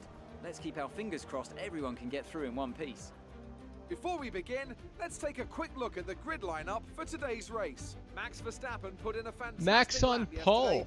and he starts from pole position. And Wow. Valtteri Bottas will line up alongside. As we continue through the rest of the grid today, we have Hamilton, Leclerc, Alexander Albon, and Vettel, Ricciardo, Sainz, Stroll, and Lando Norris, Ocon, Perez, Daniel Kvyat, and Grosjean, Raikkonen, Giovinazzi, the Rainmaster, and Kevin Magnussen, Gasly, Russell, Delatraz, and Nicholas Latifi. It's almost time for the lights to go out, so let's head down to the track and get this Grand Prix underway. Okay, here we go. I know what you can do. Don't let me down. Ooh, the two-stop strategy. We just don't have the pace to... I don't think we have the tire wear to do a one-stop. I don't even know that we have the pace to do a good two-stop. We'll be fighting with everyone that's around us, basically. I'm not going to change anything. I don't know if tire temperatures will be a factor. Let's overfuel. It's risky because we could get a safety car and then we're going to be saving fuel under the safety car. So we got to be intelligent about how much fuel we put in. I think there's a lot of sections you could save fuel, but there's so many straights that honestly you're going to want to have some fuel to play with. So I'll put more in. I think that's where we're going to go in terms of fuel levels. One more time, let me just show the setup just to make sure that I have this setup recorded so I can reference this in the future, because this setup feels okay, but it would at least give me a foundation to build on in future seasons. So we're in the thick of it now. Let's get this race going. It's formation lap first though. This is going to be tough and challenging. I have no flashbacks to my disposal. Well, I do for specific reasons, but I can't just use one. Launch lap is good, but we need to learn Because the I gears, feel so like it. go into each one when you can. We're going to need some work on the brakes, so put some energy into them and warm the tires as well, please. Yeah, if I crash into somebody on the formation lap, no flashback. You shouldn't be crashing into people on the formation lap or under the safety car. So we're going to try to keep this a tinge more realistic this year. Just nowhere to weave on these straights. It's so narrow through here. This circuit kind of has a feeling of almost like like a death race. I don't know if death race is... for the time being. Conditions looking good. I don't know if death race is the best word for it, but like how tight and narrow the barriers are to you on either side, and how difficult it is to go racing side by side through here. It's just kind of like the best of the best, the best of them survive, I guess. I don't know how to word it. May the strong survive. There's just no room for mistakes, errors.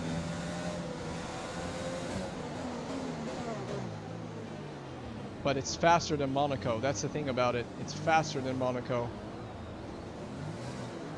Tough like Monaco, but faster. More room for overtaking than Monaco.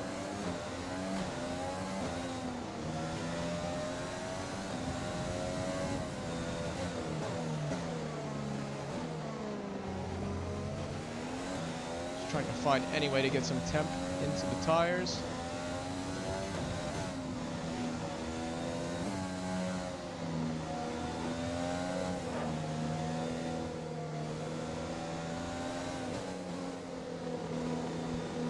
Okay.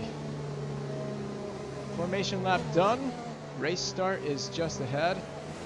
2 alphas in front of us. We have the inside. No, we don't have the inside. We have the outside to turn 1. I just got to be smart here. Off this start, off the launch. We just got to be smart. Don't get into trouble. No mistakes if we can help it.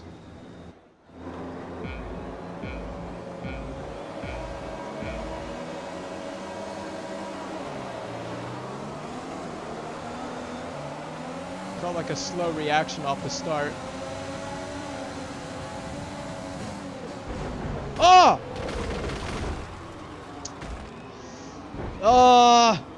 Not my fault. Virtual safety car deployed. Slow down and maintain a positive delta. Virtual safety car is deployed. Not my fault. Someone behind tagged me, and that's why I was saying stay out of trouble.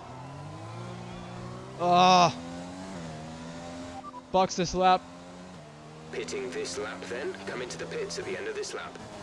We're gonna see on the replay who that was. Someone tagged the back of me. Set hard tire.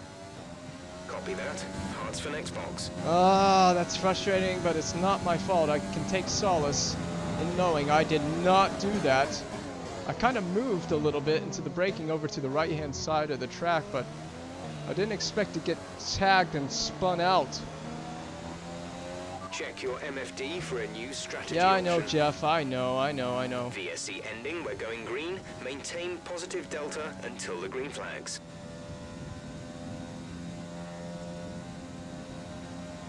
Get this off my screen! Oh, is it? Oh god, it's glitched. It's glitched. Box this lap. Okay. Whatever. Race over. Unless we get a safety car, that could be race over. So, there's something about lap 1 incidents in this season. We spun.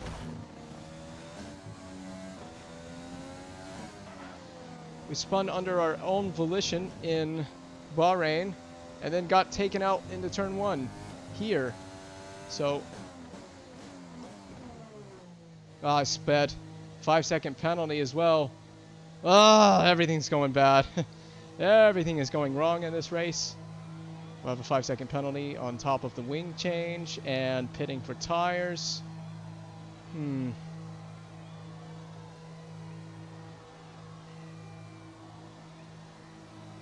That is Latifi, who also was in that incident.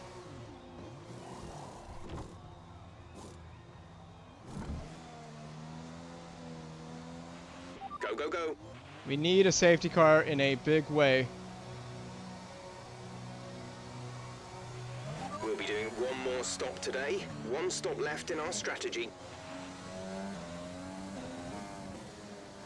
So we're just out here racing our own race, I guess. Hot lapping, basically. Hard tires are gonna suck, but I just gotta live with it. I have no choice but to live with it.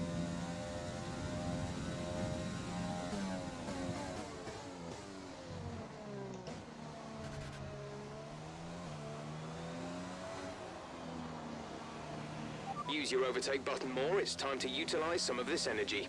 I could desperately use a safety car in this race. We burned through ERS so quickly. And fuel. And these guys are already coming around the pit straight again. That's how far behind I am. I'm gonna get lapped. Oh, I'm struggling. This is a problem. I put hard tires on and we have no ability to put temperature into this tire. We're going to be struggling through the whole race.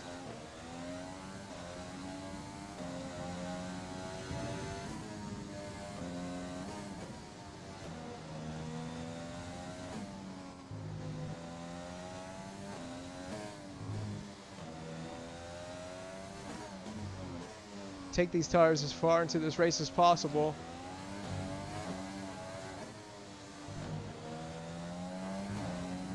If we get a safety car, that would DRS really will be be enabled perfect. this lap. You can use it when within 1 second of the car ahead and in the DRS zone. At this point, I'm not very hopeful, though. I'm struggling on this tire.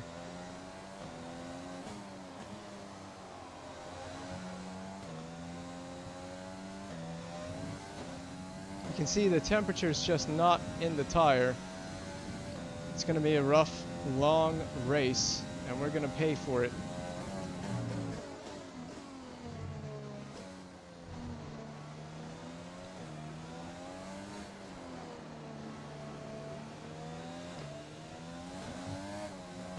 I knew I was going to get wheel spin putting the power down with overtake on, but I did it anyway because I'm an idiot and I like to create drama for myself.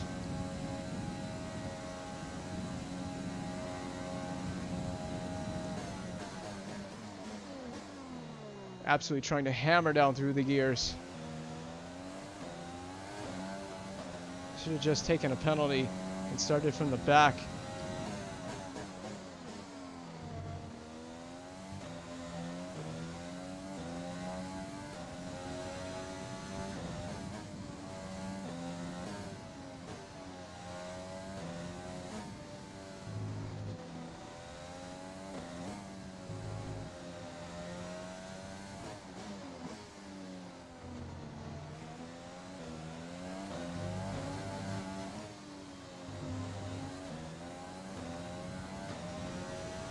Yep, this is going to be a gap boring ahead race. is 11.3 seconds.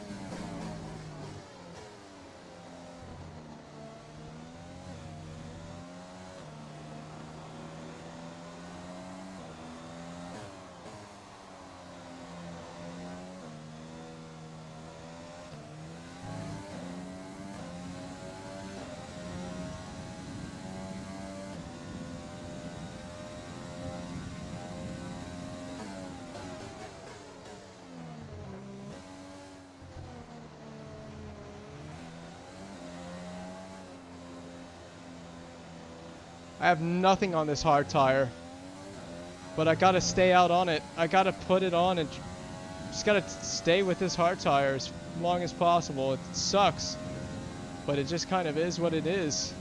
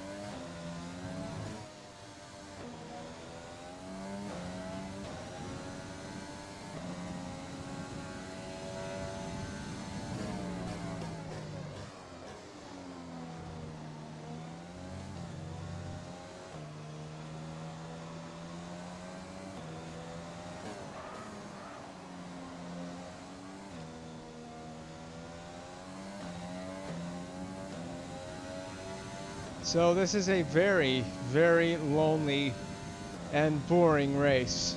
Ugh.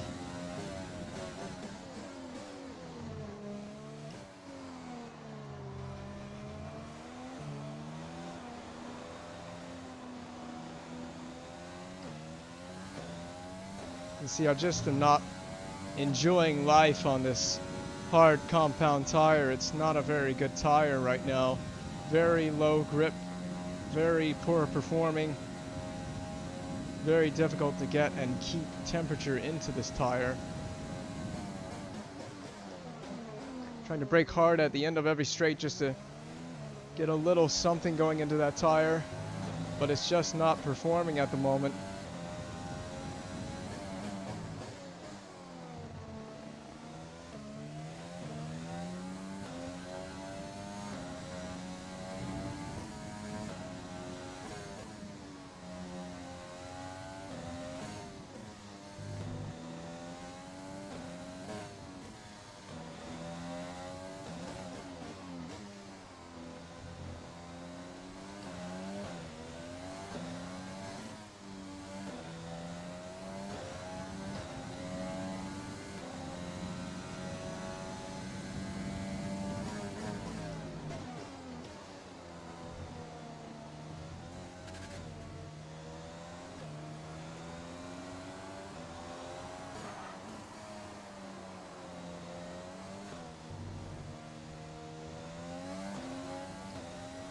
Just not finding any grip out here.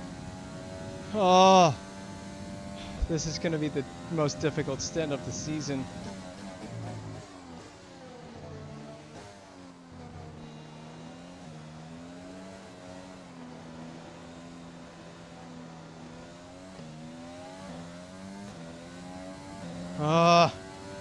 I got nothing. I just don't have anything.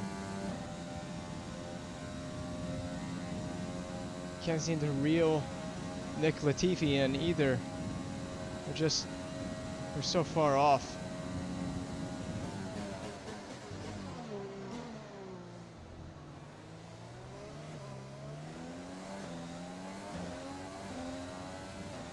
I don't think the hard will take us to the end.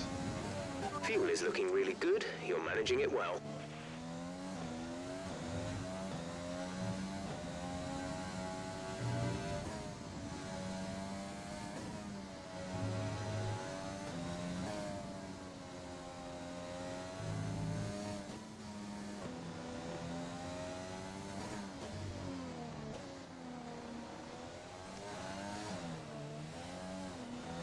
What the hell is that?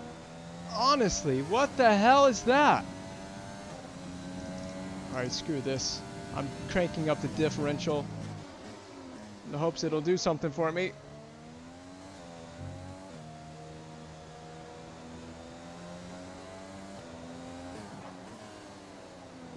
God, it's so bad on this tire.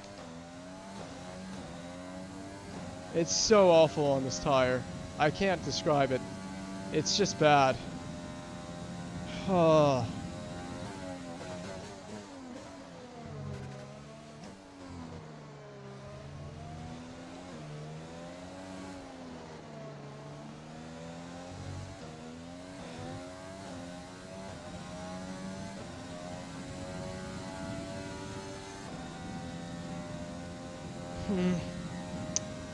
Man, there's nothing I can do. I'm just stuck. I'm just stuck like this.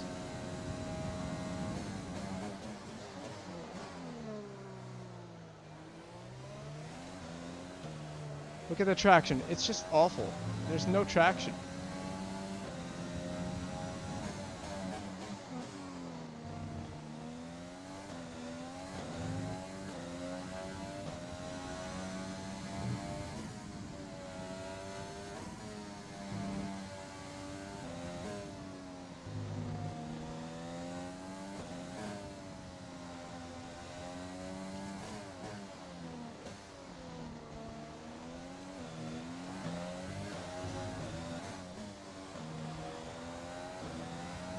Trying to push, but I just can't. I don't have any grip to do that.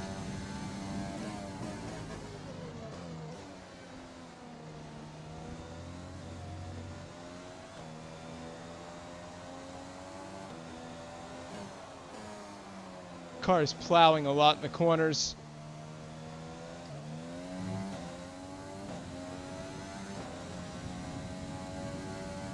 I found that in the previous seasons that the harder compounds tend to enjoy higher, more locked differentials. So I'm trying that. It's just very understeery right now.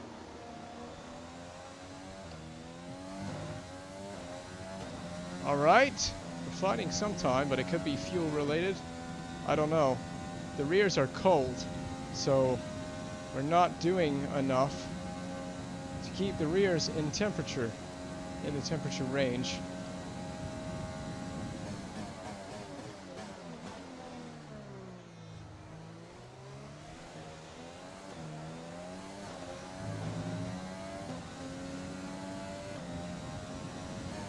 Our gap to the car in front is 7.2 seconds.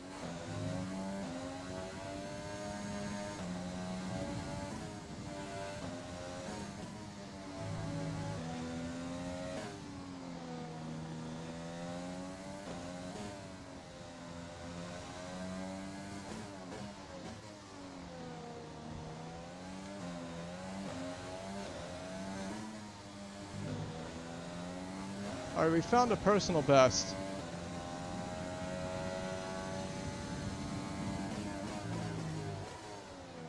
Perhaps as that cloud cover disappears, become easier to get temperature.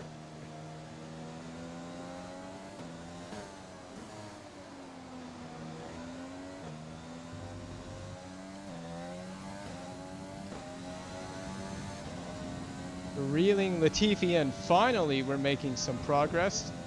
Some sort of gains. That's him just up the road. Right in front of us.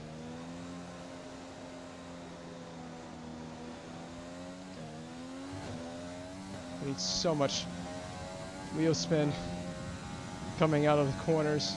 Just there's not enough traction. Not enough confidence to put the foot down in those sections.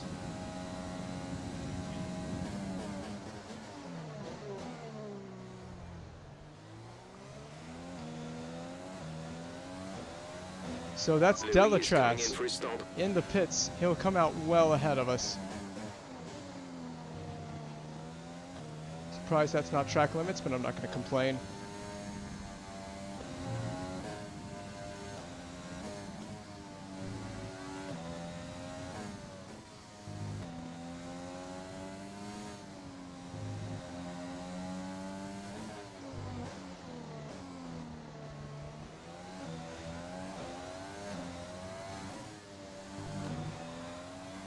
It doesn't look fun to drive. That's because it's The not fun gap to to the car drive. ahead is 3.4 seconds.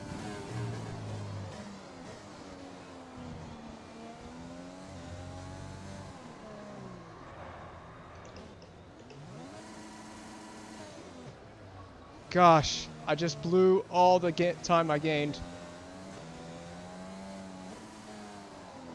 I need a safety car so bad. I just lost all that time I made up. Let's try to go to the end on this tire. I don't care.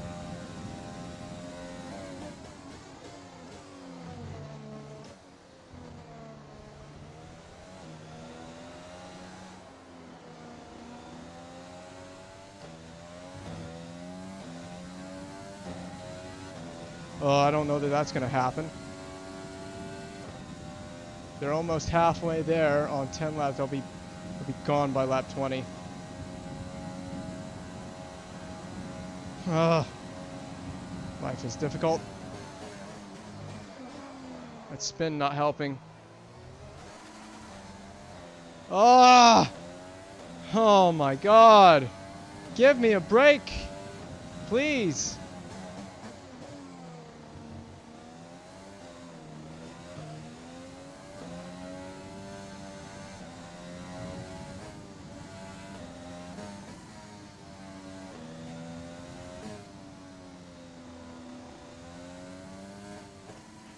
Latifi is stopping now. Really?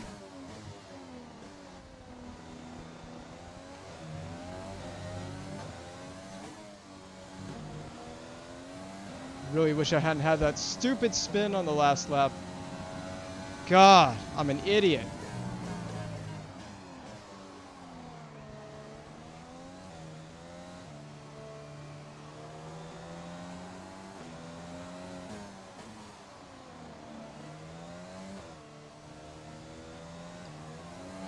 Grip is just terrible out here. It's terrible.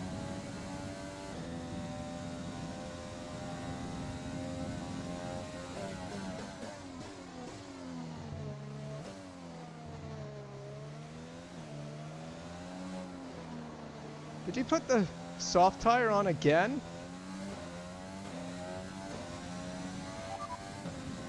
Driver behind.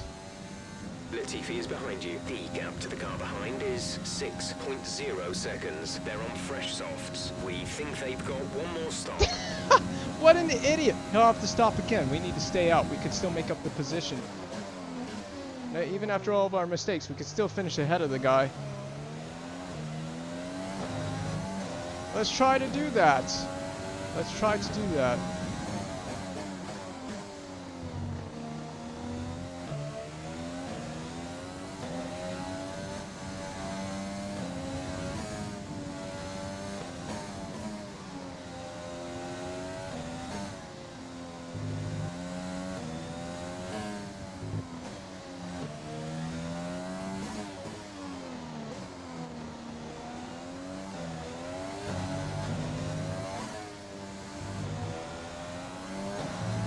Russell is in. Let's see if he comes out ahead of us. He probably will.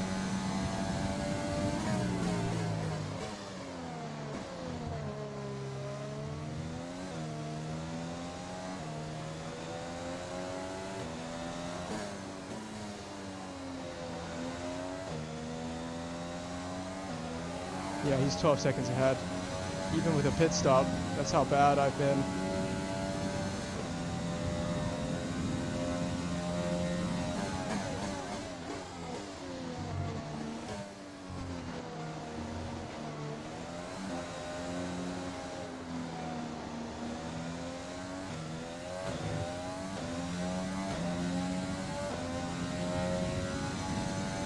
Go through the ERS way too quickly.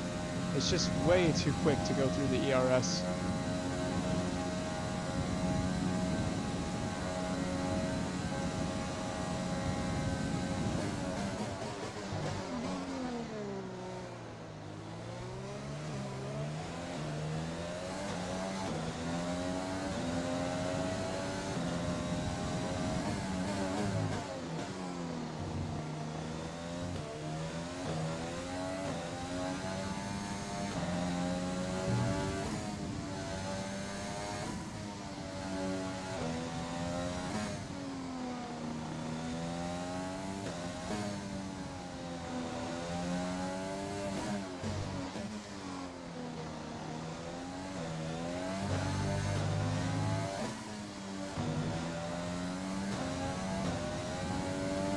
We're trailing our teammate by 18.9 seconds.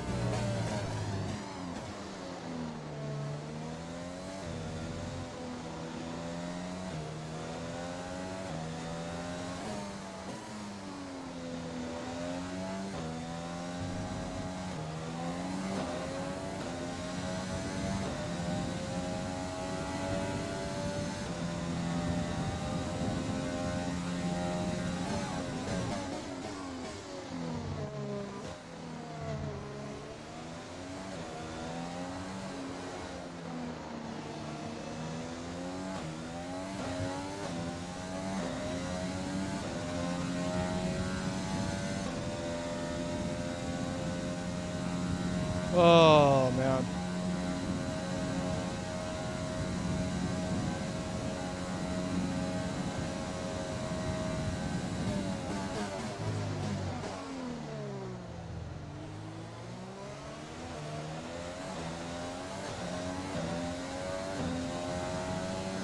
Have to be so careful how I put my foot down coming out of that last corner.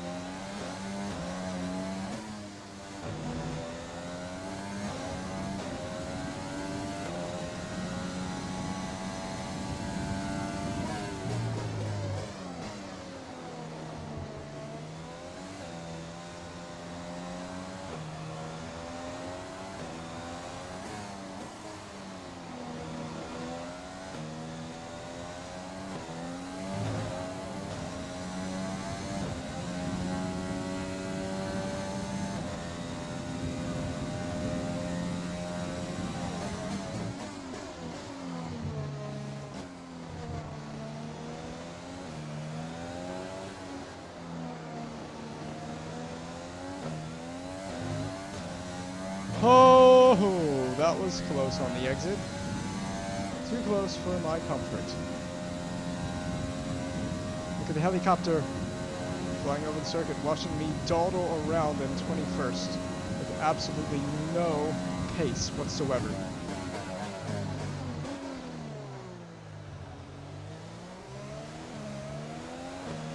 Race is only halfway gone at this stage.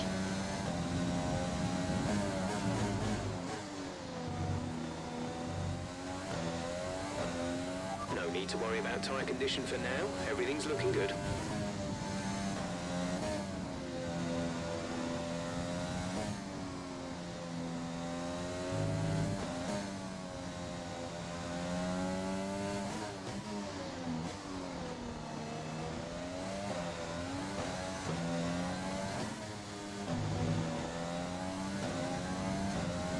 pretty much have the short Gap to shift out car of in every front corner. is 13.7 seconds.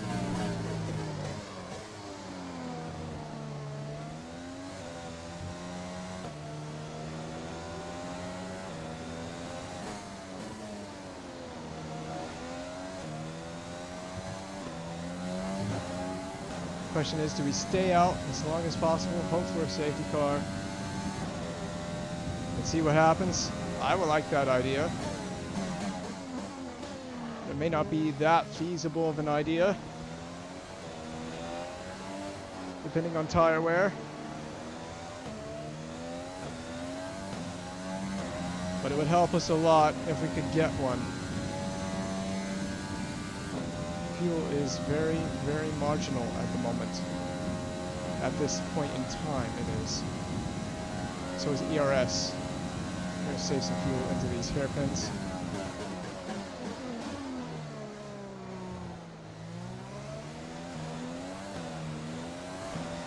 Getting worse wheel spin with lean mix than I am with anything else.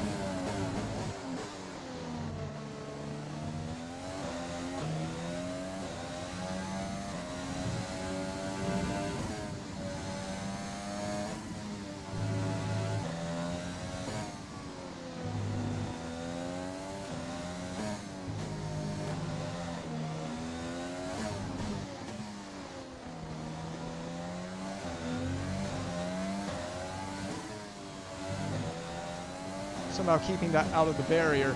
That was close. Gap to teammate ahead is 16.2 seconds. I'm not even worried about the gaps. The only thing bringing us back into this race is a safety car.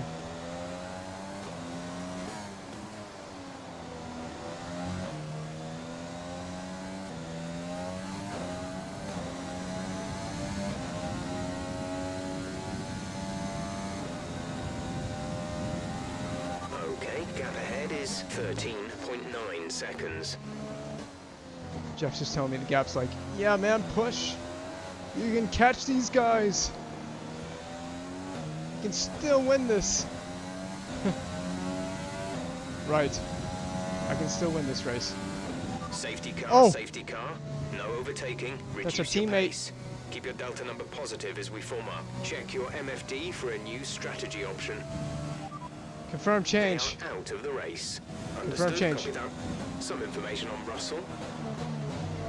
Confirm change.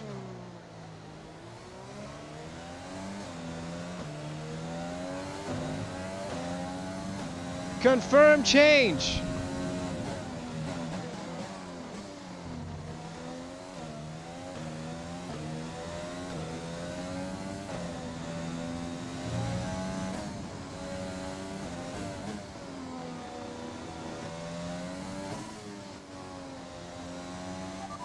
Louis dropped out of the race. Drop your speed. Our delta is too low and we risk a penalty. Slow your pace immediately. I can't change. What are they putting on? I can't tell them what tire. I said confirm the change. I better hope they put on a medium tire or something. Oh my god. Oh, okay. It's mediums. Good. Lando Norris is out of the session. I have a 5-second penalty, but I serve it under the safety car. Go, go, go. You'll be racing on the exit. Complete. Go now. Look after these tires now. We want to finish the race on this compound.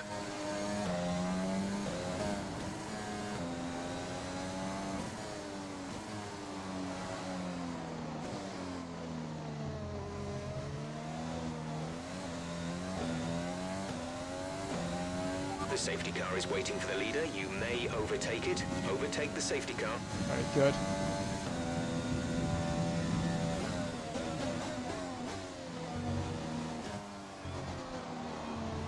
Okay, slow down, slow down. Your delta is negative, which means you are too fast. Reduce your pace.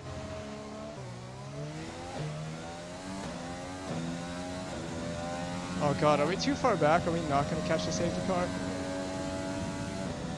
Cube. Safety car cube. We got blessed with that safety car though. I guess. Depends on if we can catch these guys.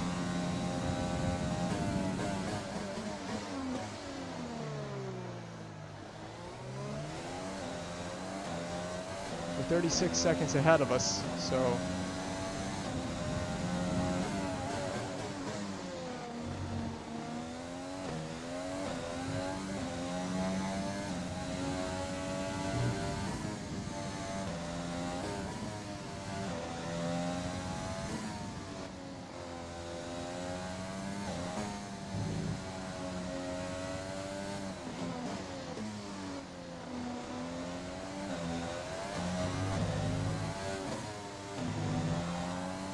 So something happened to our teammate. He's out of this race.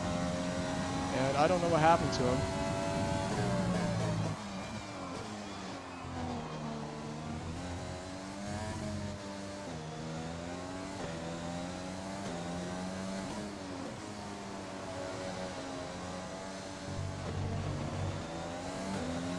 Makes for a very interesting race here, but we're too far off to catch these guys unless they can catch the safety car and get slowed down. To catch them.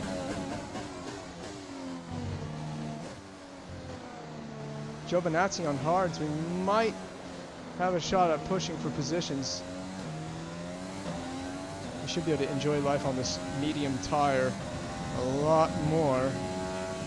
Driver in front. Magnussen is ahead of you. Our gap to the car in front is 34.0 Where are seconds. They're on fresh mediums. The time last lap was a 2-minute 4.6.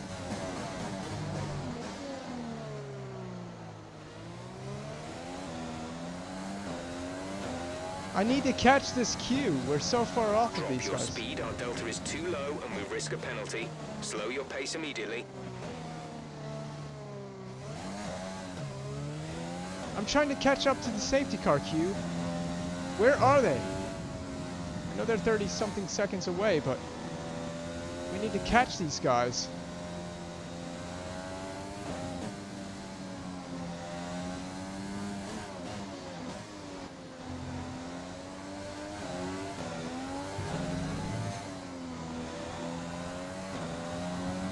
Oh my god. Where's the safety car queue? Slow down behind the safety car. I need to catch you guys.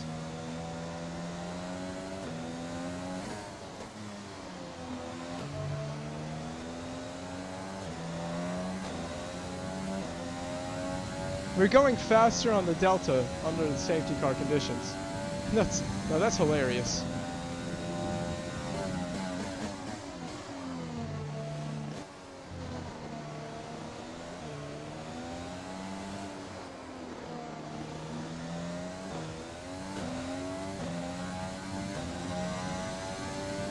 Oh man, I don't think we're going to catch them in time. The safety car's got to be coming in.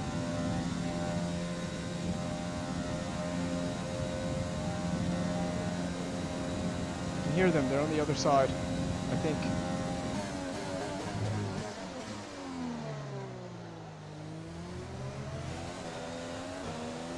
"18 seconds away. Come on. Safety car's going to be coming in on this lap.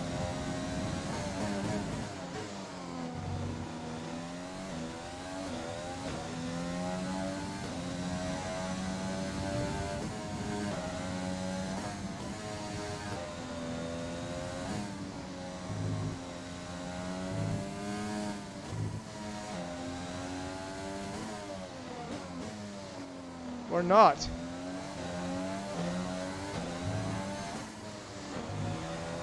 There's the queue. We're gonna catch the queue in time. Yes.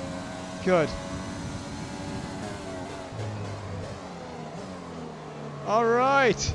We're back in this race. Safety cars negated our screw up at the beginning of this race. Getting screwed over in the beginning. Now we have a shot at this. Driver in front. Magnussen ahead. The gap to the car ahead is 8.3 seconds. They're on fresh mediums. Their tyres are 2 laps old. Yeah, the he's time pit last for lap was a medium tires as well. 2:7.9. It's time for us to push.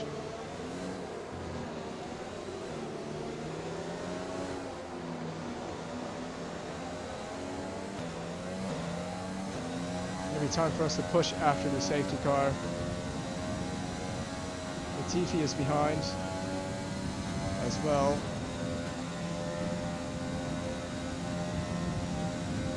Full race update.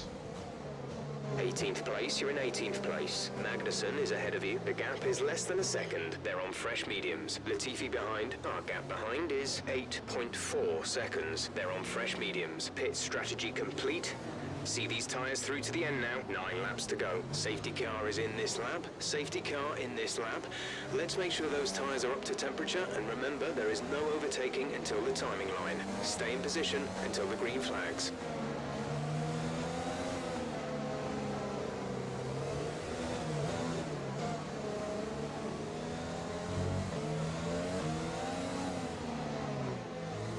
A little more fuel here. Get ready to go racing soon.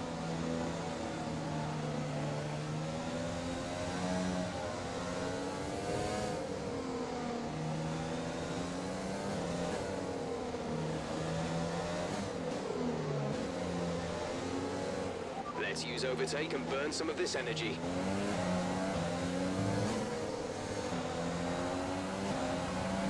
It's a great restart from us.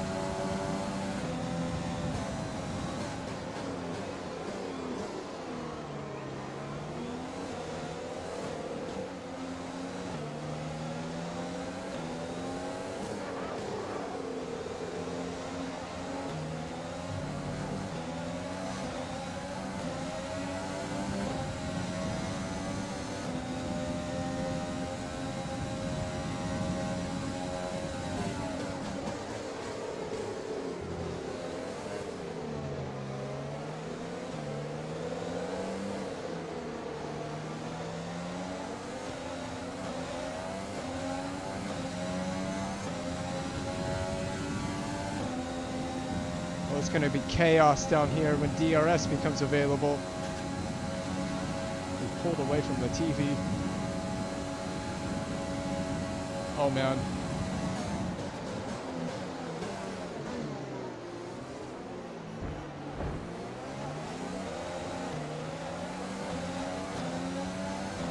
See if we can pick up the pieces from Magnussen's move.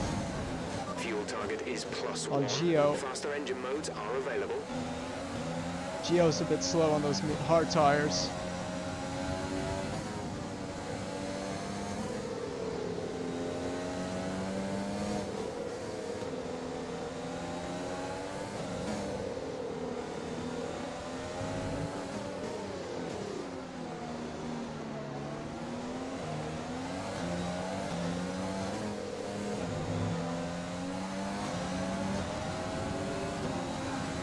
Have that position, thank you. You've taken 13th place, P13. What?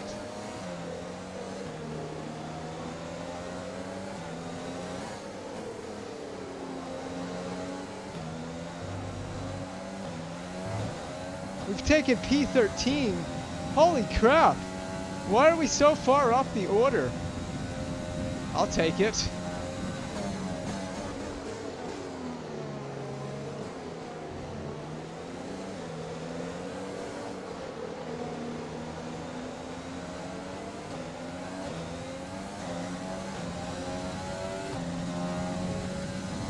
Got so much more pace on the medium tire. I'm loving it. But we've fallen off the front. The guys in front, unfortunately. They're gonna battle. Do battle. Yes, do battle. Both Alphas on hard tires.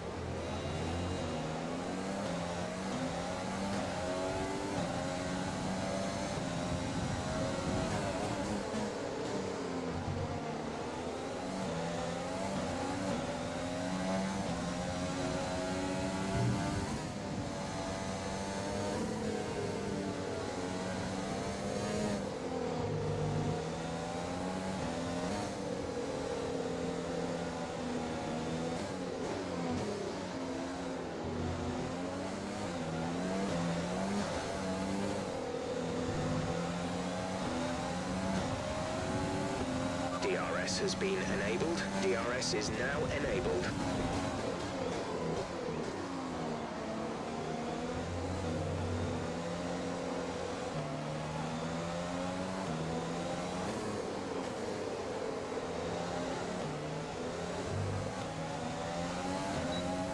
Magnussen had a moment coming out of that corner. Did you see his back end?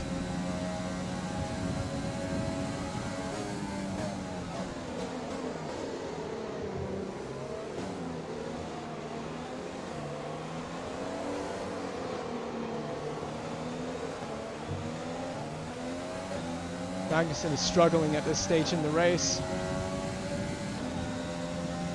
He's struggling.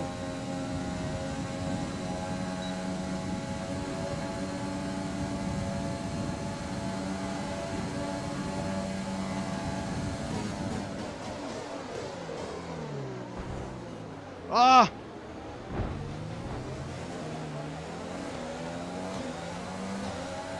Kind of squeezed out Magnussen.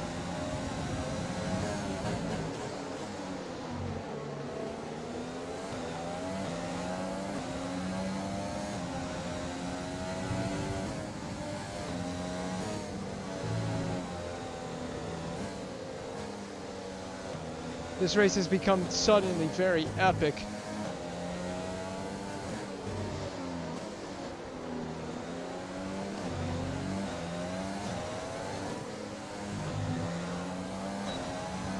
Oh, we do have DRS. Okay, you're in the top 10. Oh, yeah. Okay, you're creating some breathing space between you and the car behind by a few seconds per lap.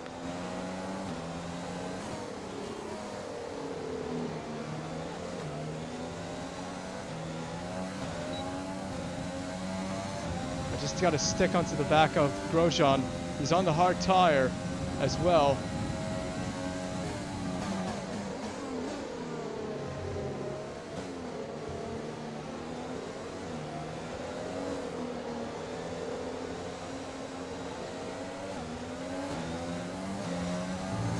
Got a pretty good exit. I didn't. DRS. We're gonna try to get some We have 5 DRS. laps of fuel remaining. It's gonna help. Overtake and DRS. Try the same move. Whoa! Whoa, Grosjean! You can't fit there, buddy!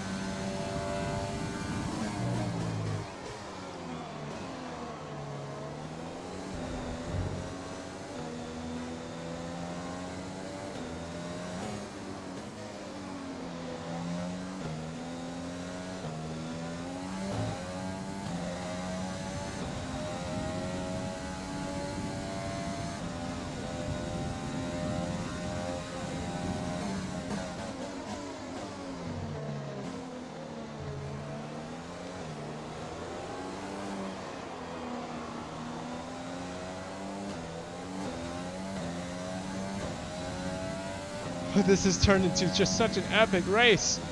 Oh man, I'm actually racing at Vietnam. I can't believe this.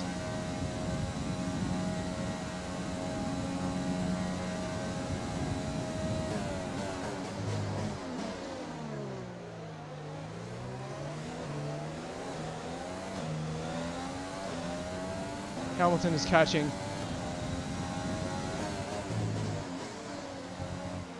You've been awarded a time penalty for that last Oh, incident. come on. Right, some information on Hamilton. They're slowing down. It seems like there's some kind of Oh. problem with their car.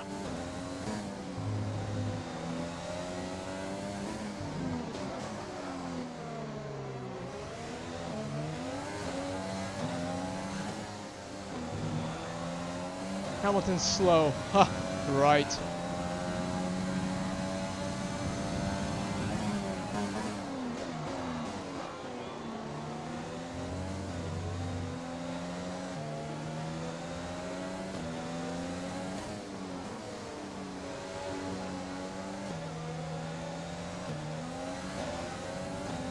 Hamilton's gonna get us, but I don't really care. There's 3 laps We're of not fuel 3 remaining. seconds ahead, so gonna let him go.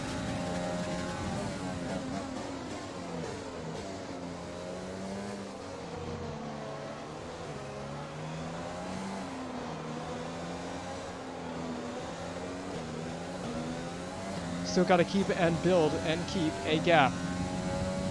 Hamilton, give me DRS. Just give me DRS. That's all I'm asking for. Just some DRS. Yes, I have it. Good. Hamilton at least gave me some DRS and slipstream. Oh, braking myself.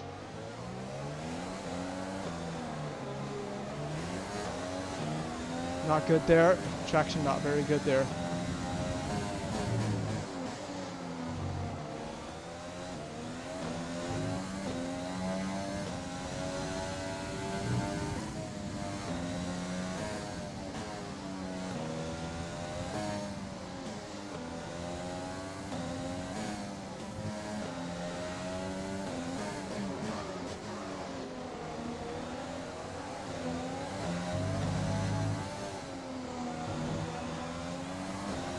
Hamilton is still within an earshot, so that's good. Maybe we can tag on and get some We're increasing our DRS. gap on the car behind by around a second a lap.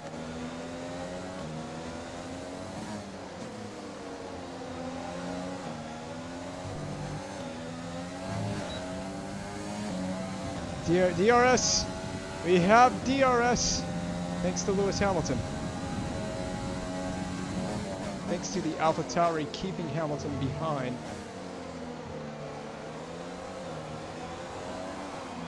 Hamilton is struggling. He did have an issue. Does have an issue. Does. Something like that. Still gonna get DRS as well.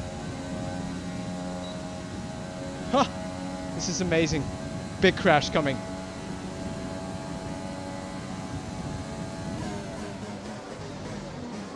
Oh, they did. They did. They touched.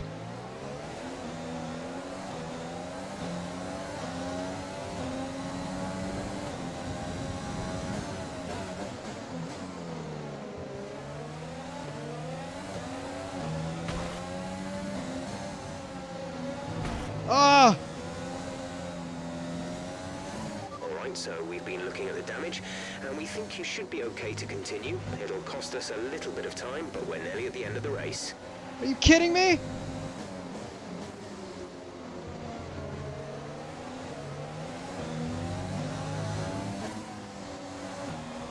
There's only 1 lap of fuel. Ah! This is your final lap. Final lap. of the race. No!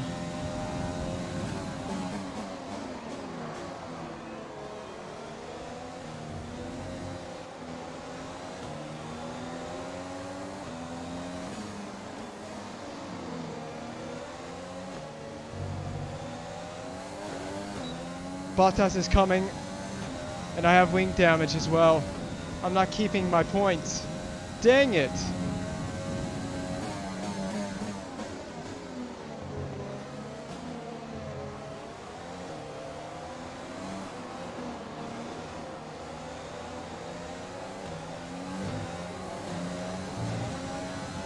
Kind of got screwed over at the end of this race, but hey, it's been a really good race. We won't keep the points finished. We wouldn't keep Bottas behind us anyway, I don't think.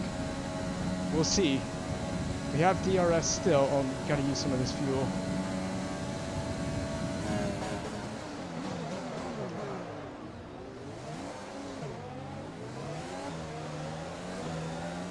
God, I'm making some dumb mistakes here.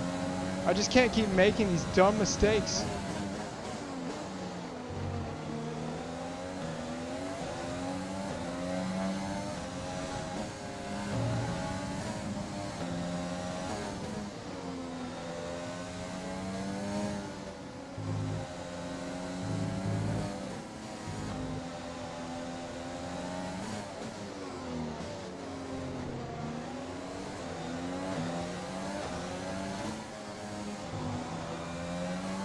It's almost a first points finish, but oh, so close with a Alright, 3-second race penalty. over. Take care Oh. of the car, the What way an in. amazing race, despite the wing damage and the penalty.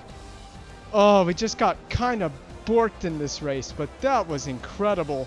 To get the safety car to bring us back in and then have the pace Red Bull after getting the out safety all the car. stops today. Holy What a great crap. win. What a finish. I'm sweating like crazy. Anthony, That was tell so me, intense. What was it that helped them achieve this success? Oh, Without a doubt, the safety car changed everything today. The key to their success was keeping calm and reacting to the situation quickly. could you We've seen imagine? teams in the past Could throw you away imagine? wins because they were too hesitant, but here they were decisive, and that's allowed them to take the advantage. Here come today's winners. The team at Red Bull have done a phenomenal job recently. It's clear to see that they've put in the work, and they should be proud of the victory they secured here.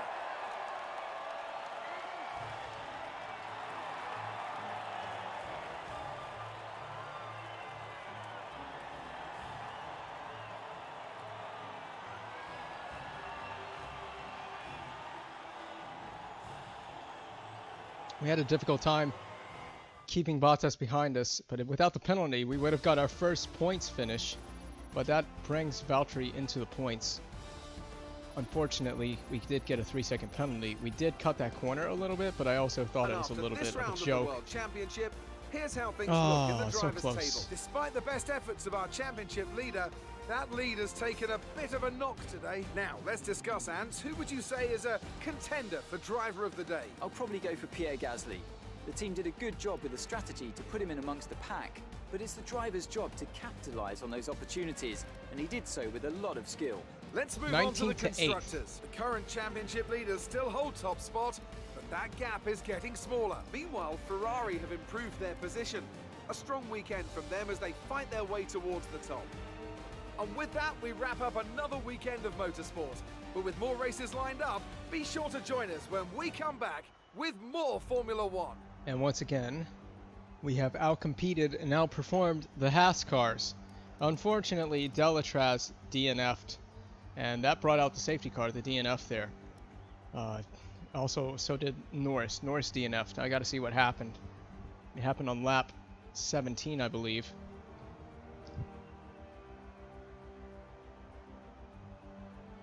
So what caused these guys like Ocon and Ricardo and Perez, they all fell down the order. We finished P11. We're 1 position outside the points at the end of this race. So I got to figure out what happened. What happened to Hamilton?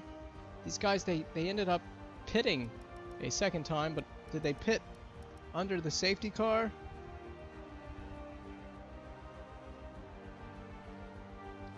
Oh, what a wild race. We would have had points if we had just not gotten the penalty. It was the difference maker. But to finish P11, our best finish so far, that's a sensational start for us. Look at everybody's times here. I gotta go through that replay and figure out what happened. It's easier if I do this with the keyboard than the steering wheel. So Albon, there's all of Albon's times. Leclerc, the podium finishers, he goes with a one-stop strategy, and that puts him on the podium with the fastest lap at the end of the race, or personal fastest lap. We're looking at Sainz, just one position off the podium. He does a one-stop. If he one-stopped, but no, he didn't do a one-stop. He did a two-stop. I take that back. I thought I just saw that he went soft to hard, but he did two separate stints on soft. Stroll a one-stop from soft to hard. Vettel, one stop, soft to hard tire. Hamilton, soft, medium, hard. Or soft. I thought it said hard. Oh, no, soft, medium, soft. I am not seeing stuff correctly today. So what happened to Hamilton? He pit again, and he fell down the order. He pit after the safety car, I think.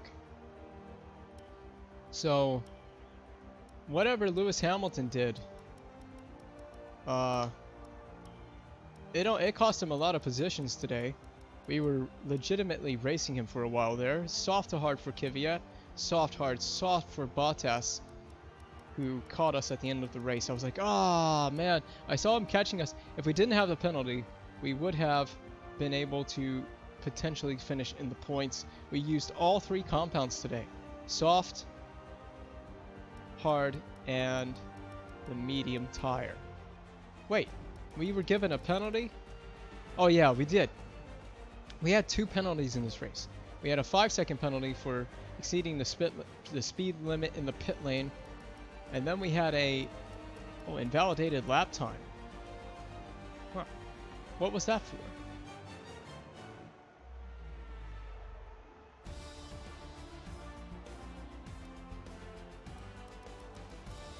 Why did we have an invalidated lap time?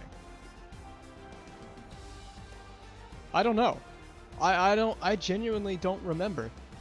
Then we put the medium tire on lap 18. Yeah, we pit under the safety car. So Hamilton must not have pit under the safety car. That cost him the positions at the end of the race. And then we got the 3-second penalty was for corner cutting. I accidentally turned in too early. You'll see it probably on the replay because I do want to fast forward through the replay. Magnussen, Raikkonen, Ricciardo, these guys all finished outside the points today, and I think they all pit outside of the safety car window, which is what cost them in the end of this race. Perez, soft, medium. That seemed to not be the way to go. Should have pit under the safety car, guys. But I'm assuming they pit. Yeah, they pit well before the safety car, but they should have pit again under the safety car. See Norris going out on lap 16, 17.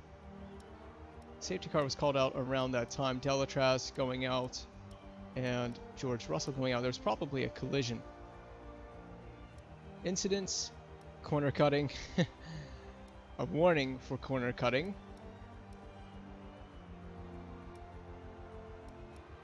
Yeah, Gasly is who collided with me early in the race, so... Do we get to see what it was?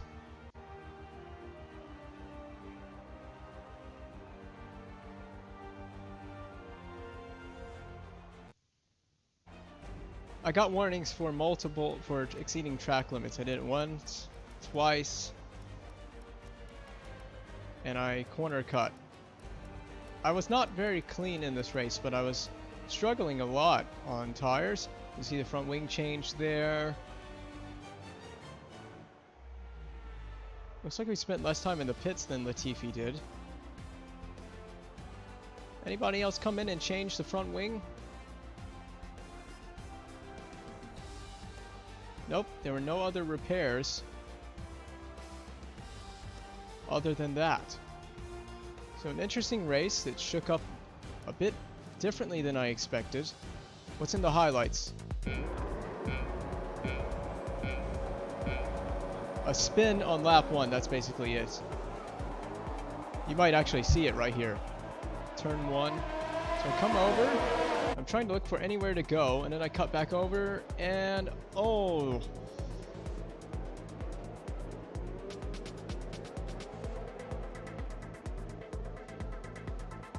I just got spun, and there's nothing I could do about it. That must be us coming out of the pit lane. Yeah. Or no, this is us on the first lap, actually. Struggling to make it around the corners. Little did we know the result we would get in this race at that time. I thought this race was dead in the water. This is after the safety car. This is so much further into the race. There were no highlights other than this. So then we overtake Giovinazzi, trying to do it as clean as possible. Now behind the other Alfa Romeo of Kimi Raikkonen, and overtaking him as well into the first turn. Trying to, again, do it clean, but squeeze him, but cleanly. And that was pretty fair. This is Grosjean on the straight. Getting it done, but Grosjean is kind of down the inside, but we touch. Grosjean loses some front wing there, which helped us at the end of this race. But that's just kind of, it's kind of a tight corner to, well, we saved that moment, didn't we? it's kind of a tight corner, difficult to give space and leave space. And I was trying to go into that corner ahead of Grosjean. That's a corner cut, I think. I think that was a corner cut. We definitely got done for corner cutting. This is when I hit the wall because of the amount of understeer. Oh, I'll explain that. I got so much understeer through that high-speed section because of so many of those cars going into that corner, and it cost me a bit of my front wing again. So that was my own mistake for pushing too hard with the dirty air. Bottas finishes just behind us, but the 3-second penalty would make it so that it didn't matter. So Bottas did not have to overtake us. He was not catching anyone else. So the penalty helps him out. Here's the replay. If you want to see our... Oops.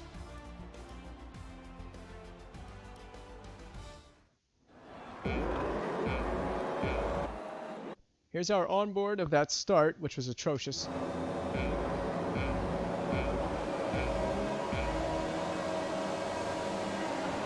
We were a little delayed getting off the grid, but better than jumping the start.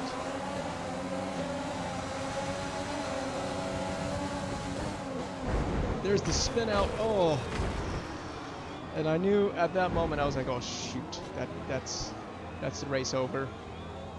And I thought I gotta see the other onboards because I think this might be my fault, but I'm not sure. I didn't think it was my fault at the time. I'm pretty sure that this was my fault.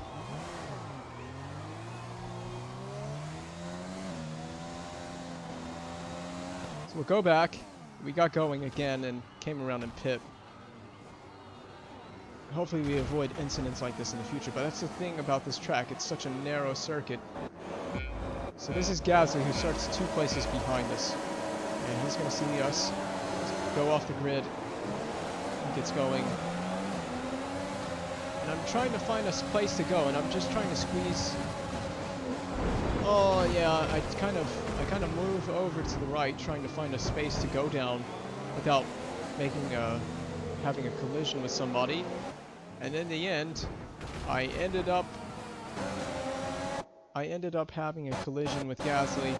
So you can see I'm going to the left, like, okay, there's not really a space there, so then I kind of slowly move over to the right. I'm not really paying much attention to behind me, I'm more paying attention to in front of me. Pull over right here. Gasly is there. I should realize that he's there and leave the space.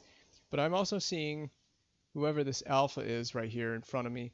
I'm also seeing the Alpha and trying not to run into the back of them. At that moment, it's too late. Gasly's spinning me. And it's just, it's ugly. Nobody wins in that situation. So here's a couple more onboards to see. This is Russell, I think? This is George Russell.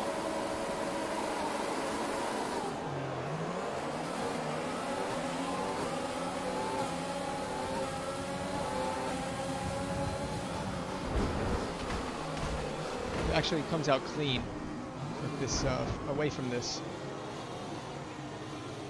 Or is that Latifi? I think that might be Latifi. Somebody had wing damage. Well, Latifi had wing damage. And I don't know where Latifi is in this pecking order. I think this is Russell, isn't it?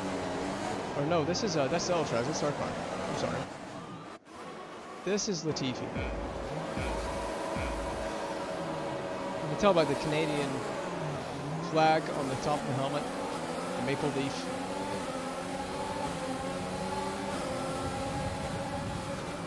So where does his damage happen? I don't think it happened on this part of the lap. So that's a bit unfortunate that our race started like that. There's one more perspective we could get, and that is our teammates' perspective. So this is Delatraz's perspective, and there's one more after this actually that I'd like to see. It's that Haas car there. So Delatraz got slowed down because of us right here. He's kind of trying to figure out, what do I do? Eventually we all goes through each other and he's able to get going again. Unfortunate start to this race. but the safety car did bring us back in. Without the safety car, there's no doubt in my mind we would not have had the finish that we did.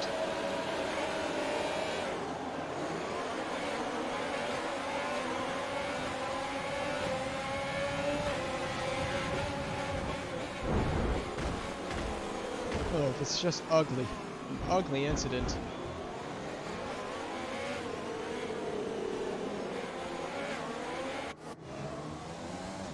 So that's pretty much how bad our race went. Let's watch Delatraz throughout this race. We're going to switch to this, and we're going to fast forward all the way through this race, because I would like to see what happened as the safety car was brought out, because he was involved in an incident that brought the safety car out.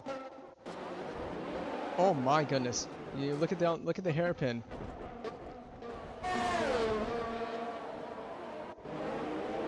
Oh my goodness, that's Latifi. I do believe that is Latifi.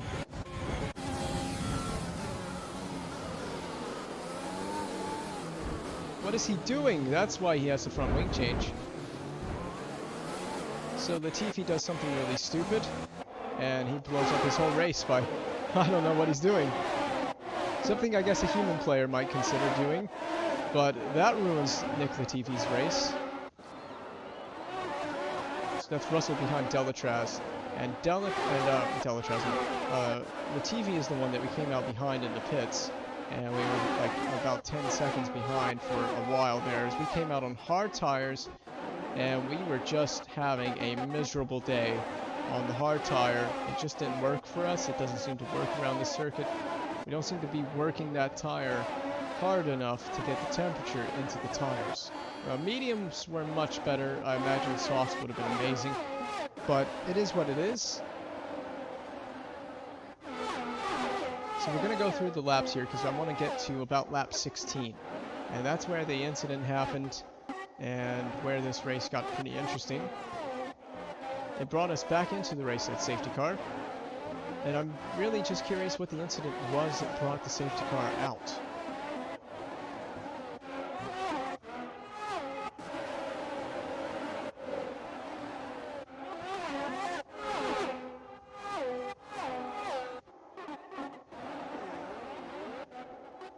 So Delatraz is kind of dawdling around in one of the lower positions. I think he's about, what, P19 at this point or something like that. So it's not running very high up the order. And I don't expect our car to be running very high up the order anyway. I think we would have been okay on pace if we had not had the incident into turn 1 with Gasly, but we'll never know, and it doesn't matter because we still have our best finish of the season.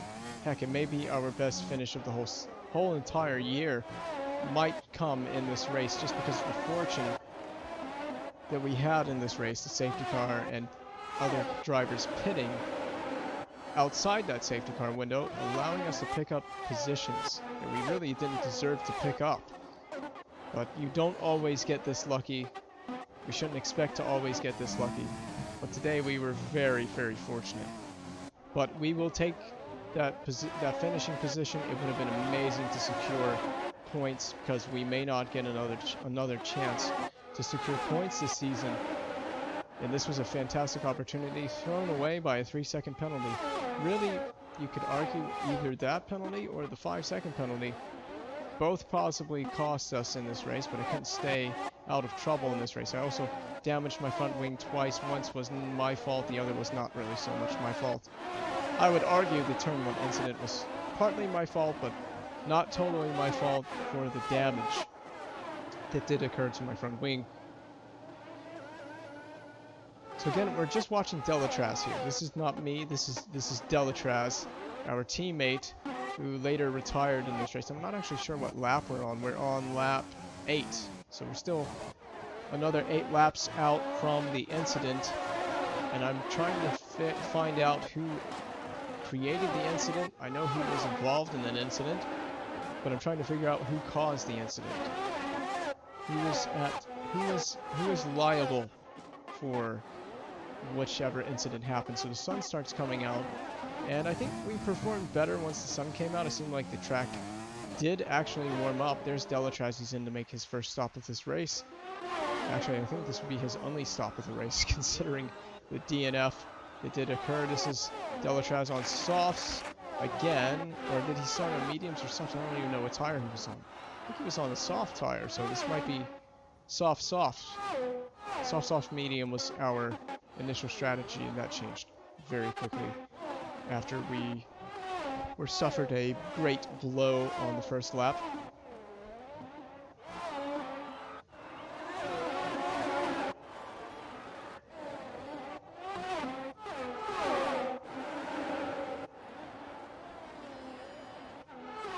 So Delatraz we were so far behind after our lap 1 incident that Delatraz came out well ahead of us, about a good 18 seconds ahead of us.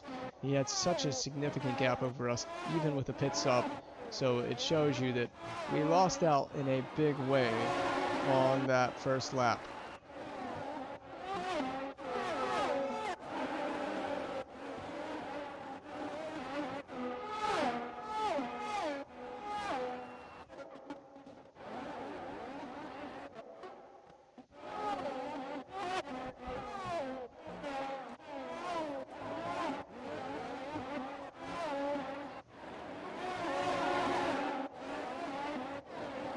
We do need to create a screenshot. We'll probably create a few screenshots. We'll create a screenshot for the next stream tonight. We'll do that. I'll have to remember to do it during this replay. Well, we've got it going, but we're waiting to see the Delatraz incident before we figure this out. So we're on lap 14, so the incident is coming.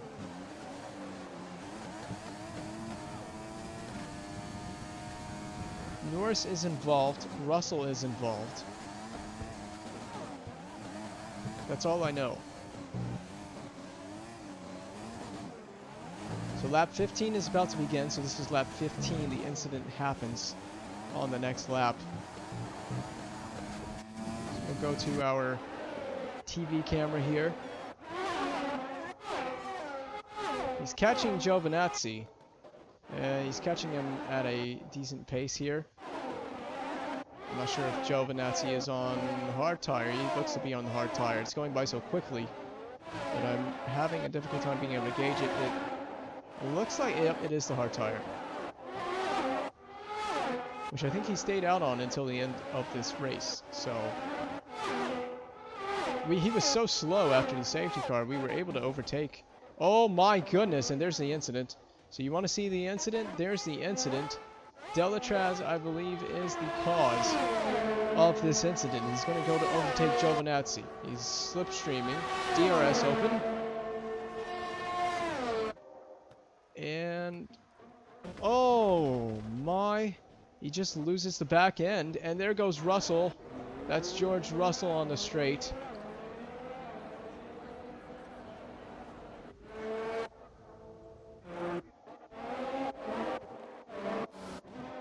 I think that's when the safety car was called out. There goes one of the AlphaTauris.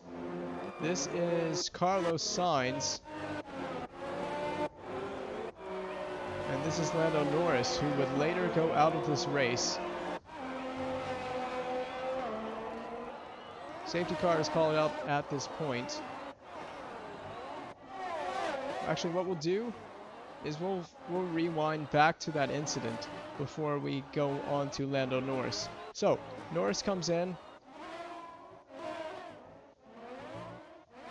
This is before Norris comes in, so I'm not sure why Norris was involved in this incident at all, but it seems that Norris...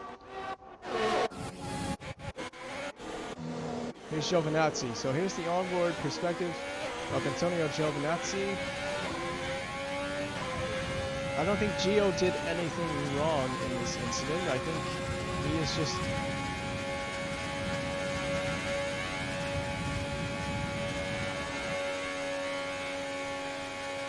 No, in fact, he doesn't even get caught up in it. And you can actually see a bit of the front wing right there. Very slowly, watch this. The bit of the front wing comes flying into view. Right there. Oh, that's a piece of the suspension arm goes flying right in front of Giovinazzi right there. If you can see it right here. Oh my goodness. Whew. What a dangerous crash. So we'll see this crash from Louis Delatraz on board. He's gonna come through. Slipstreaming. Oh, he just loses the back end. That's what it is. He just loses the back end. Ooh, and there's a contact with Russell. Because Russell just, I don't know, his AI did not avoid that incident. I bet you it's DRS. DRS is open. Yep. I bet you that's exactly what happened. He just had no stability with the DRS open and the slipstream. Turned the wheel and just lost the car. So strange. Such an odd incident. Here's George Russell as he's coming down the straight after the incident had happened. Yellow flags, but he drives right into Delatraz, oddly enough. Drives right into him. No attempt was even made to avoid Delatraz. There are yellows flashing. You can see them flashing through this sector. And he just T-bones right in, or just rams right into the back of Delatraz.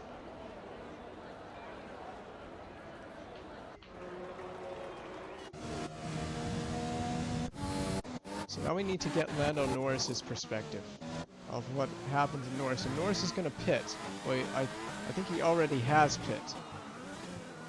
No, it was Sainz. Norris never pit. That's right. Sainz pit. Norris doesn't pit. So Norris stays out. Whoa, what happened to Norris? I don't think Norris was involved in that incident. I think Norris just had a terminal, not a terminal failure, mechanical failure. Let's watch Norris here on the straight, see if his engine goes smoking. Yeah, Norris he's going to just retire with a failure of some sort. He seems slowing down and pulling off. I think that kept the safety car out an extra lap, which actually benefits us. We come in, 5-second penalty, new change of tires. It's medium tires going on. And we're going to be taking these to the end. We're going to be pushing to catch up to that safety car. And this safety car was everything for us. If it wasn't for this incident, we wouldn't have finished where we did and had the comeback in this race that we did. This is a very tough track to drive, very demanding to drive this track.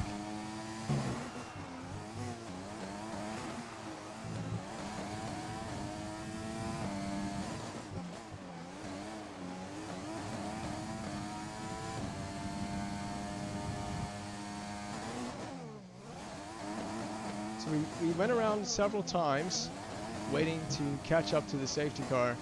I was afraid we were not going to be able to do it. The safety car, I think, stayed up an extra lap, which enabled us to catch back up to the pack and restart with all the pack under the safety car, which was essential because we were so far off of those guys before the safety car period. We needed to catch up to eliminate that gap. So that basically nullifies the incident we had at the beginning of this race. And oddly enough, so here we go catching back up to the pack as we get ready to begin racing.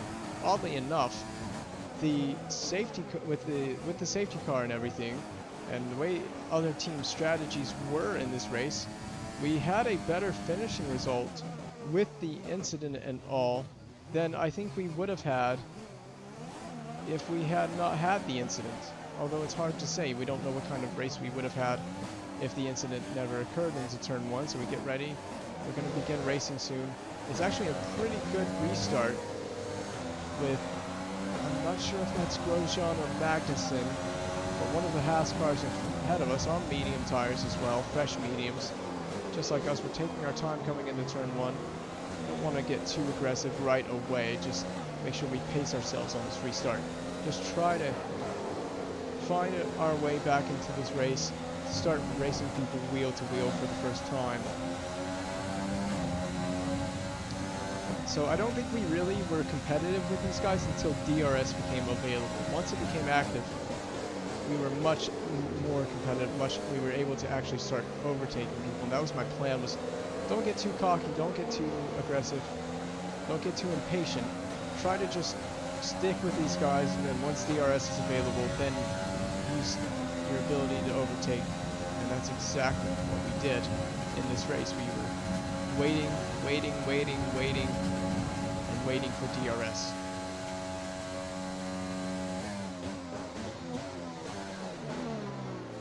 Very tight hairpin here. The AI love to send it down the inside. So you can fit 2 AI, but at the end of the race, when I'm pushing, I am going to try to go for that corner and give you as little space as I possibly can, and we'll have to see a couple of onboards when we made the overtakes in the Haas cars.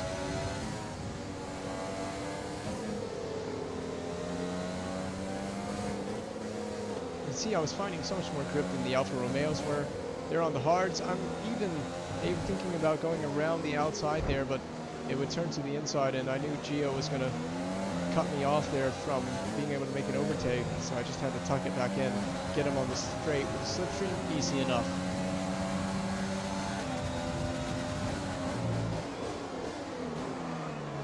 Just barely outbraking Gio, but he's still alongside, so well played by Gio, but he can't make the move stick.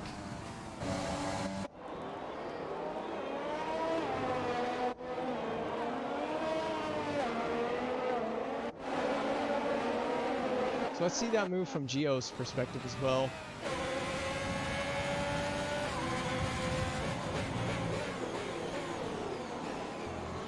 Oh, it's very close between us. And at the end of the day, he just did not have the grip to keep a nose in there. So now I'm focused. Let's just get caught back up to the Haas car. I did not realize that there were 2 Alfa Romeos on hard tires. This is, I think, when I realized it, and I was like, oh, that Alfa's going to be slow. So fast forwarding here, trying to catch back up another Alfa. This is Kimi. So trying to catch up to Kimi Raikkonen. We're going to do the same thing to Kimi Raikkonen into turn 1. Outbrake Kimi and try to just leave him as little space as we can. Trying to make it fair but clean. Fair and clean. Pretty aggressive but clean. Into turn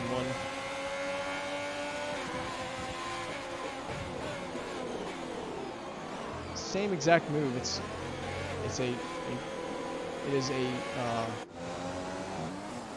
I can't think of the word.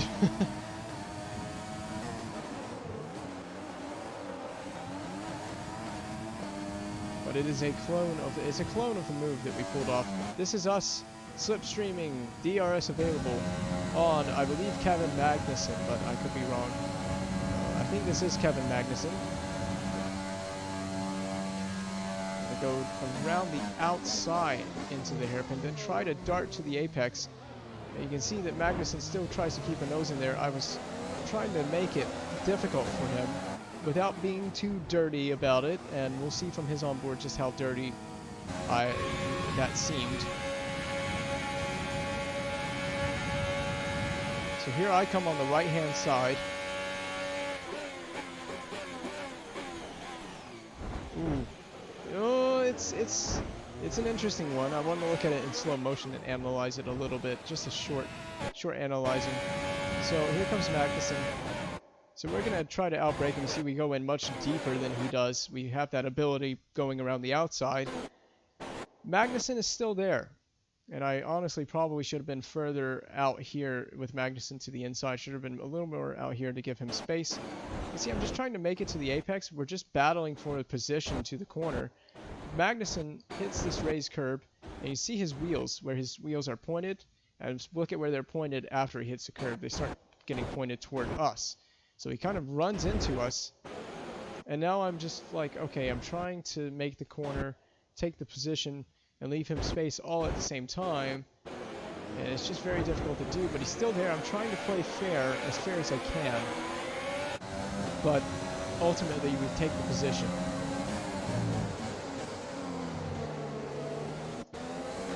So you can say whatever you want to say. The move is what the move is. And we do a similar move to the Haas cars. Both Haas cars, we ended up getting them into the same corner in the same fashion.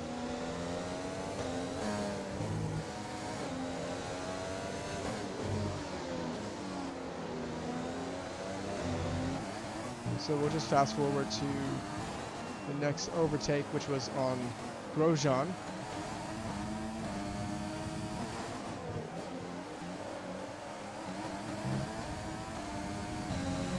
So here we are slipstreaming Romain Grosjean.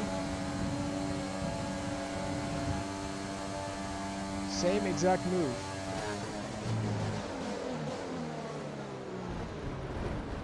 And again, I'm just trying to go for that apex before he does, and we end up squeezing. I think we squeezed Grosjean worse than we squeezed Magnussen, so you're going to see it from his onboard perspective that we don't give him enough space. But to be fair, we were well ahead into the braking. I was honestly not really expecting him to go for a lunge down the inside. You can see as soon as we start braking, we're so far ahead now. We are a full car length ahead. He doesn't have a nose in, but doesn't mean the AI won't send it to the inside. And he does the exact same thing Magnussen does. So we'll get a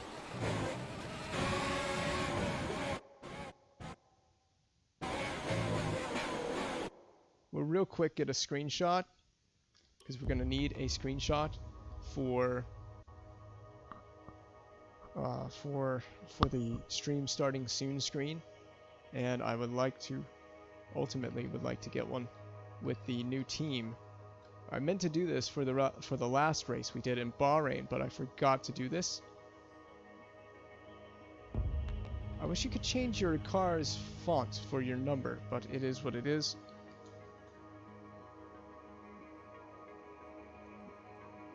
I think it'll be cool to get it from this perspective. Steering wheel is a little bit sensitive.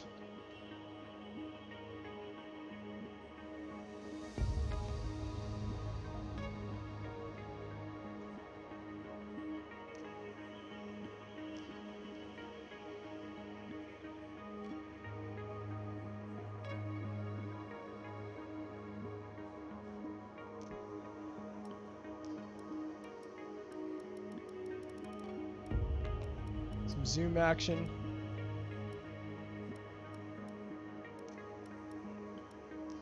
There it is. I just had it. Camera roll. Yeah. Let's back out a little bit. Just a little bit.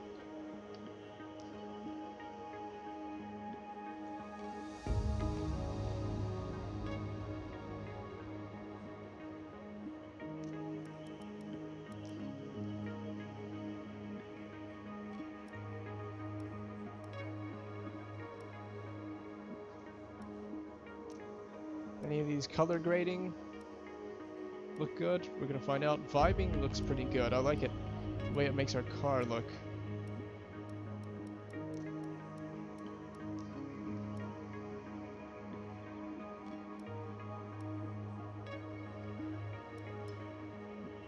Honestly, early bird is pretty good. I like that.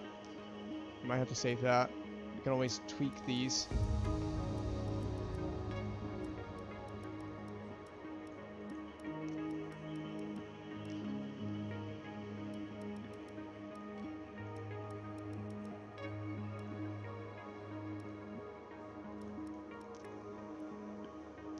So I'm gonna print screen this. It's 1250. So let's get paint in here so we can save this. And I'll save this as, we'll save it as United F1 Hanoi 1.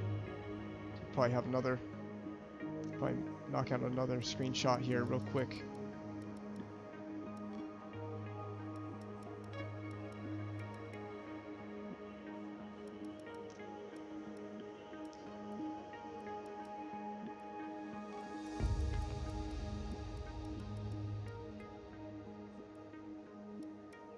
What if we go max contrast?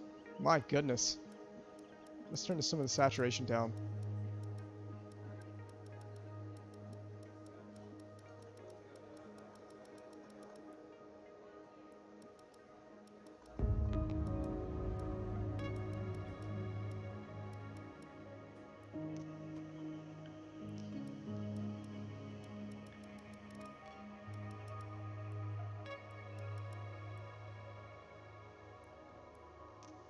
That's pretty cool. That's a good loading screen. We got to change the logo position though.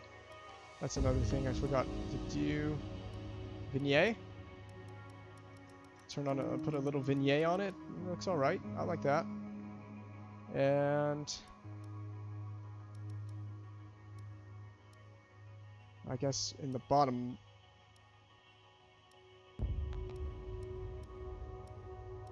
left. Yeah, bottom left or bottom right. We'll do that. Print screen. Once more, I gotta open up Paint. It just needs to be at the top of that screen. It would be faster to access it. So United F1 Hanoi 2. And then last screenshot we're gonna do is I was gonna do something different. I forgot what I was gonna do now. Oh yeah, we're gonna do some shutter speed. So let's make the shutter speed this. It has to render, so we can make it look like they're in motion. It may be going too slow for it to have any sort of effect. Well, that's better. Oh my goodness.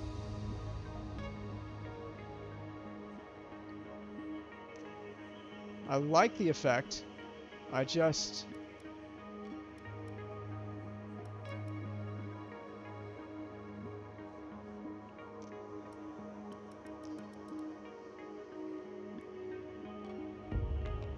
want my car to be in focus. I know that the car that's focused on is Grosjean, but if I change it, I will lose my little angle that I've set up here, unfortunately.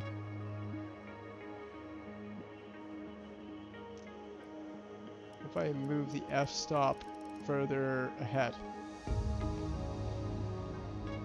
It's a cool looking shot, but Grosjean is focused. I may have no choice.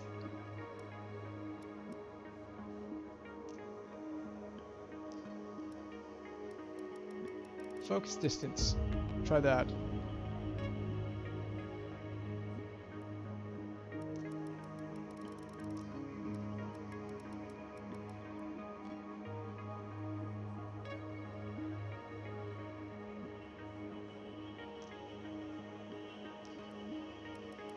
We'll try to get, I'll tell you what. Let's do this.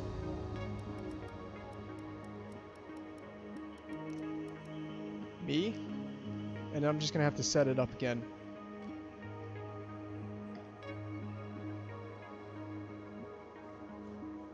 Why is it so slow? Oh, there we go. I'm stuck on something. There we go. Now bring this down, rotate it.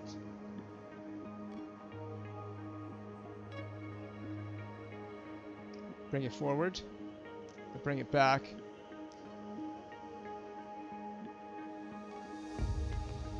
Now, was it in this menu? Camera roll. Yep, do some camera roll. Then move this over, but rotate it.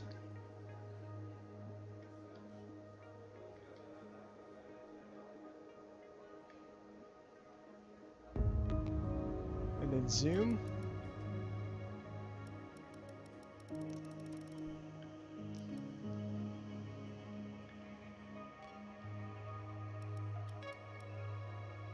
Yeah, that's about what we had. Oh, that's cool. Yeah. I like that. I like that. We can work with that. All right. I hate that this is taking so long, but it is what it is.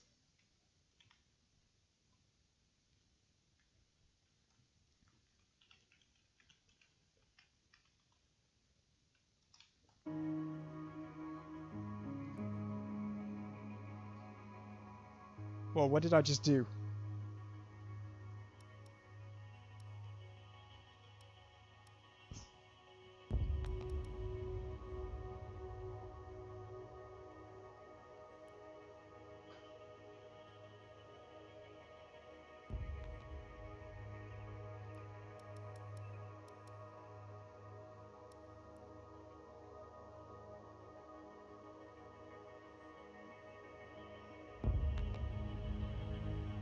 That doesn't seem to add any sort of effect.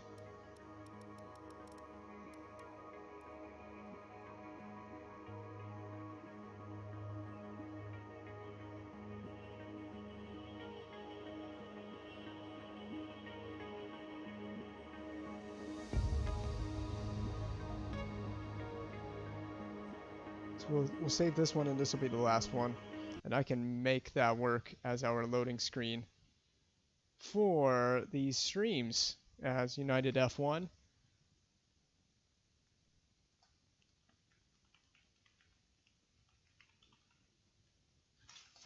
And that's it. We finally got some screenshots that we can use. We'll exit out of photo mode. We don't need photo mode anymore. Pretty good race. Good start to our career here, despite the awful start to the race. But we might be able to make progress faster than with Majestic. So this could be a pretty good career mode. The fans really seem to enjoy that. You made it look easy. You gained a lot of positions during the race, didn't you?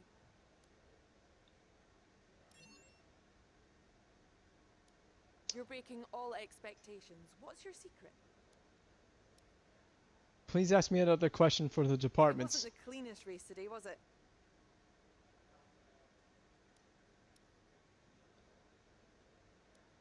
You scraped the walls a few times. Were you struggling for grip? No comment, because here's why I hit the wall. Slipstream. Ugh. Great. Well, that's everything.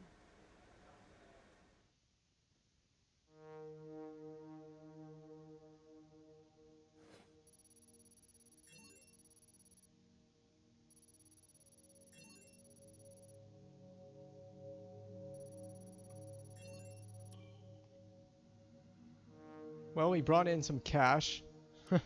We have one sponsor, so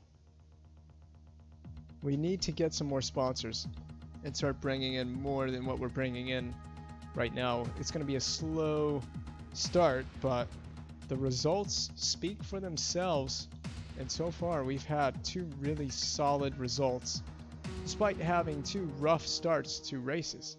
So ignition system passed. That's good.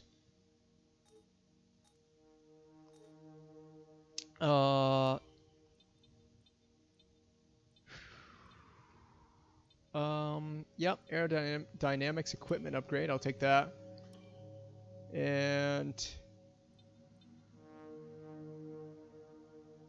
well, we got 5 days there, so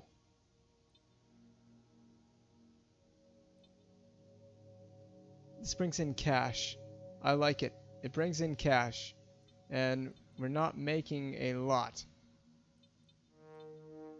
So I'll take that. We need money. We need it. Yeah, I mean, we're very close with Haas. It makes sense that we would be competitive with that team. So it actually doesn't, it's not that far off with us being competitive with Haas. We don't have enough money to improve these areas with upgrades to these facilities. So that's going to have to wait. We do have resource points though. And I think I've decided already we need to do 2 things. Focus on aerodynamics and chassis. And chassis has an upgrade that's already been put on the car.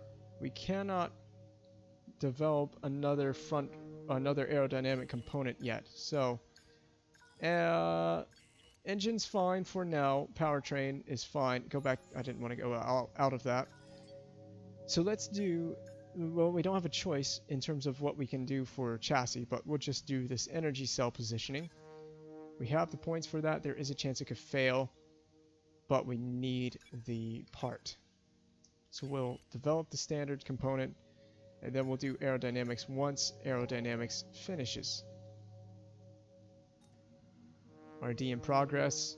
So those departments are getting hard at work. Some of these parts will probably fail, so we'll lose out on resource points. It'll be wasted resource points essentially, but it'll be what it will be. We're just going to change out this power unit before we go to China. So we got through Hanoi with basically no problems.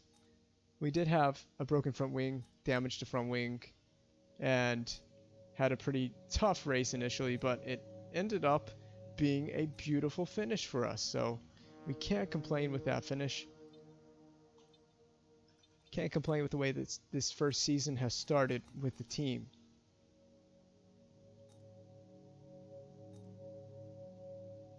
So the championship is tied between Bottas and Sainz. That's crazy. And Hamilton and Verstappen are level on points. Crazy. Crazy start to this first season. This 16 race calendar. There's only been 1, 2, 3, 4, 5 DNFs this season, and our teammate is one of them. We have not DNF'd yet. We came close at Hanoi on multiple occasions, but we have not DNF'd at all so far. We will have to do that invitational. It will bring in cash. So we're going to do the invitational. Okay, we've had the new parts come through from the fabrication process. We'll have them with us for the next Grand Prix. So parts are passing so far. That's good. What just came in?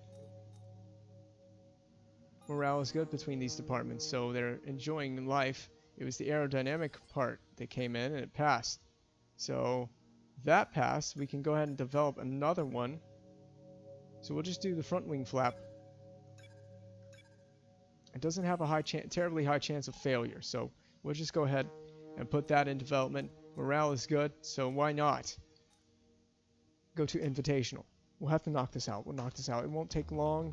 We'll get this out of the way quickly. It's an opportunity to make cash. I don't know if we'll get resource points, but we will bring in cash if we do this. So I don't think this is a bad idea. I say why not?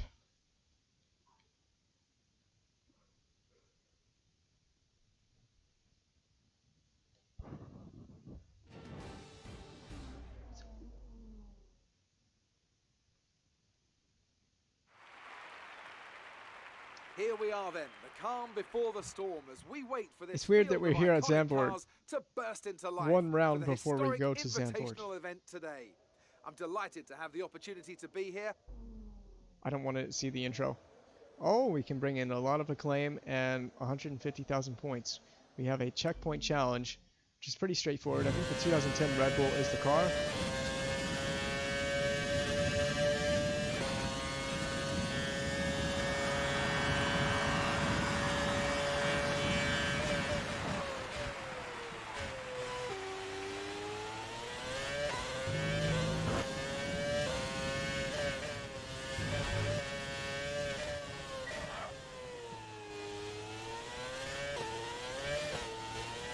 Car is such a boat.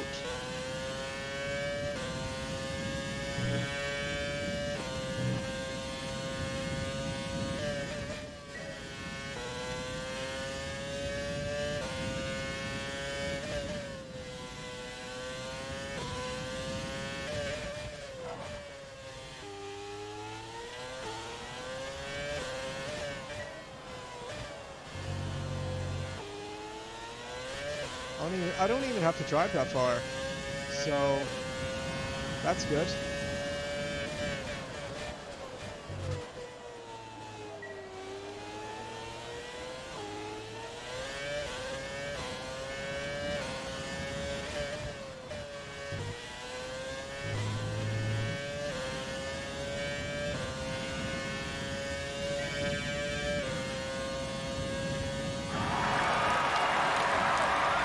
It's a little too easy, I guess.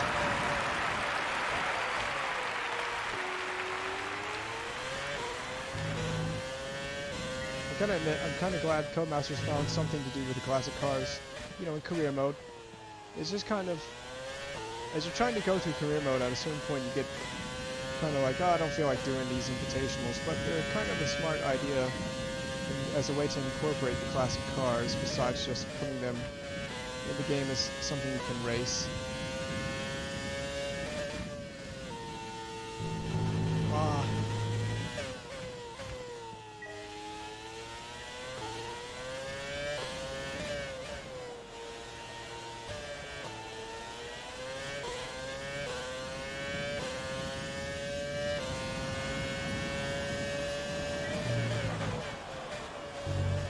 If you continue to cut corners, the stewards will give you a penalty. Ha! See, they're still giving me penalties even in this invitational event. They love to just give me penalties, even in events that don't matter. We'll try to see if we can just outdo this. We're gonna run out of time eventually.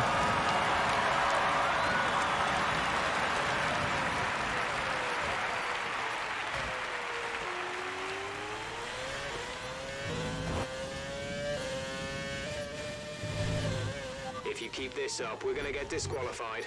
Be more careful out there. I didn't get disqualified, did I? Thank goodness. I didn't want to have to do that again.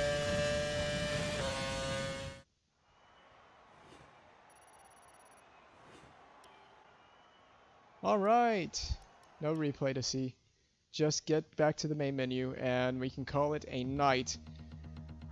With this, we've been going for quite a while.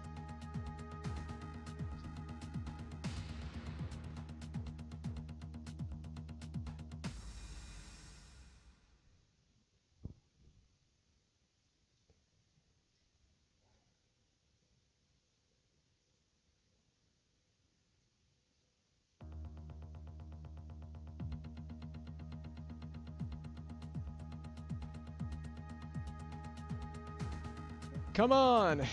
Get back to the menu game so we can... So I can go take a shower and so we can call this one off. We'll be back on tomorrow with China. And we brought in some more money, that's good.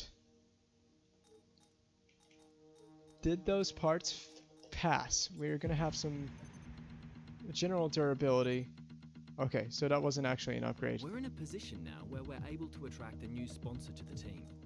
Head over to the corporate tab and select the sponsors screen to choose who we should approach. Alright. Complete a total of 10 laps during practice is pretty easy.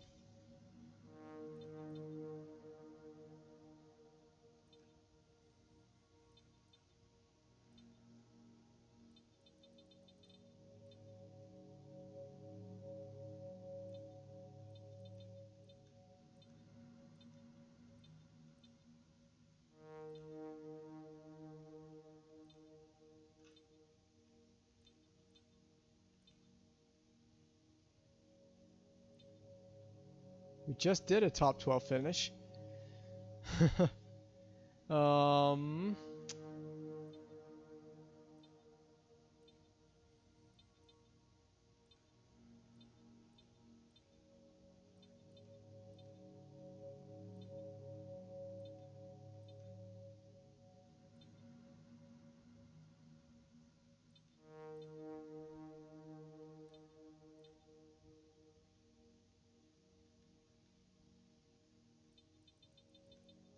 What's got the best weekly income that is an achievable result?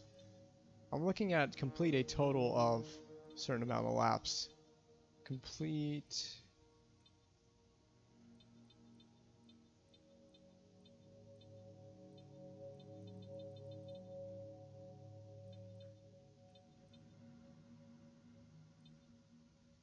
This makes the most sense.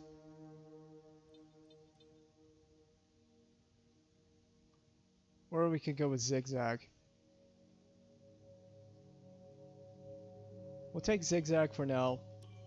Gotta put them on the car. I didn't want to see that. I want to see this.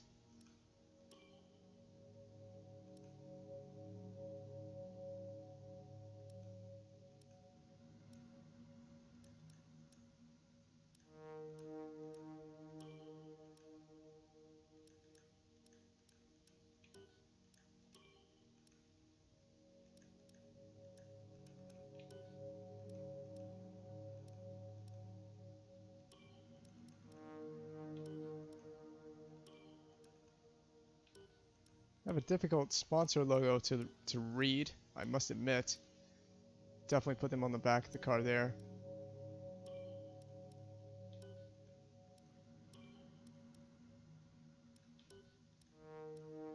Put them on the back here. Yeah, that works for me. At least I don't have to listen to the sponsor. I can just choose what sponsors go where. But we're trying to make the most sense in terms of sponsors and their placement on the car.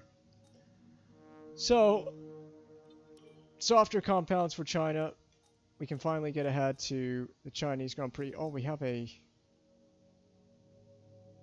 have an upgrade package for our power unit. That's cool. Progress history. I guess we'll see it when we get to China. So we'd have insufficient resource points, obviously. We do need to get a durability upgrade to the ICE at some point as well. Go to race weekend. Let's see how we fared coming into China in terms of upgrade packages. We have 2 in development, I think. Did that gearbox upgrade come in? I think it came in already, so...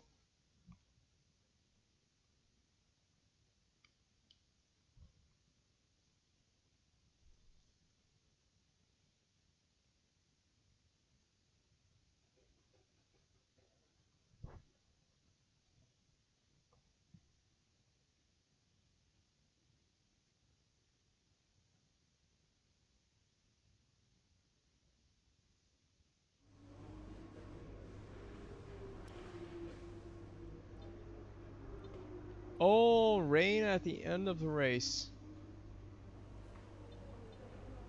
That's going to be tricky. It's going to be a crazy Chinese Grand Prix to do. And that gearbox upgrade did come in. Okay. So, parts in development are aerodynamic. That's in development. Chassis in development. And I think it will actually tell you right here, yeah. So we just have 2 more in development.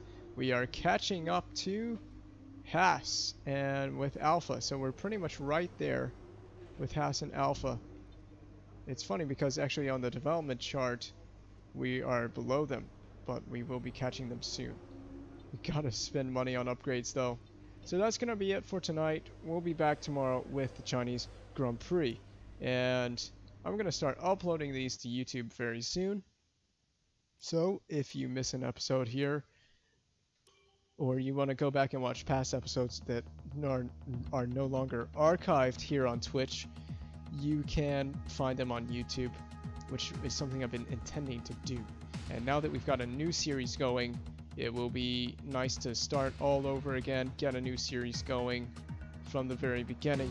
We're not planning on doing a full 10 season series like what I was initially planning on doing with Majestic Racing, but we are going to do about 6 seasons at least with United F1 as we're starting all over again here from the very beginning.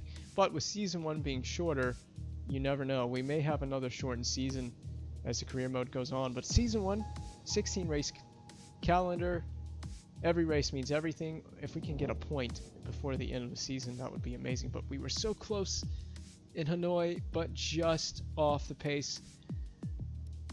So yeah, we'll hope for a lot better things in China, which is a circuit that I've typically gone well at in this career mode series. So that'll be tomorrow. We'll be back on for that Chinese Grand Prix.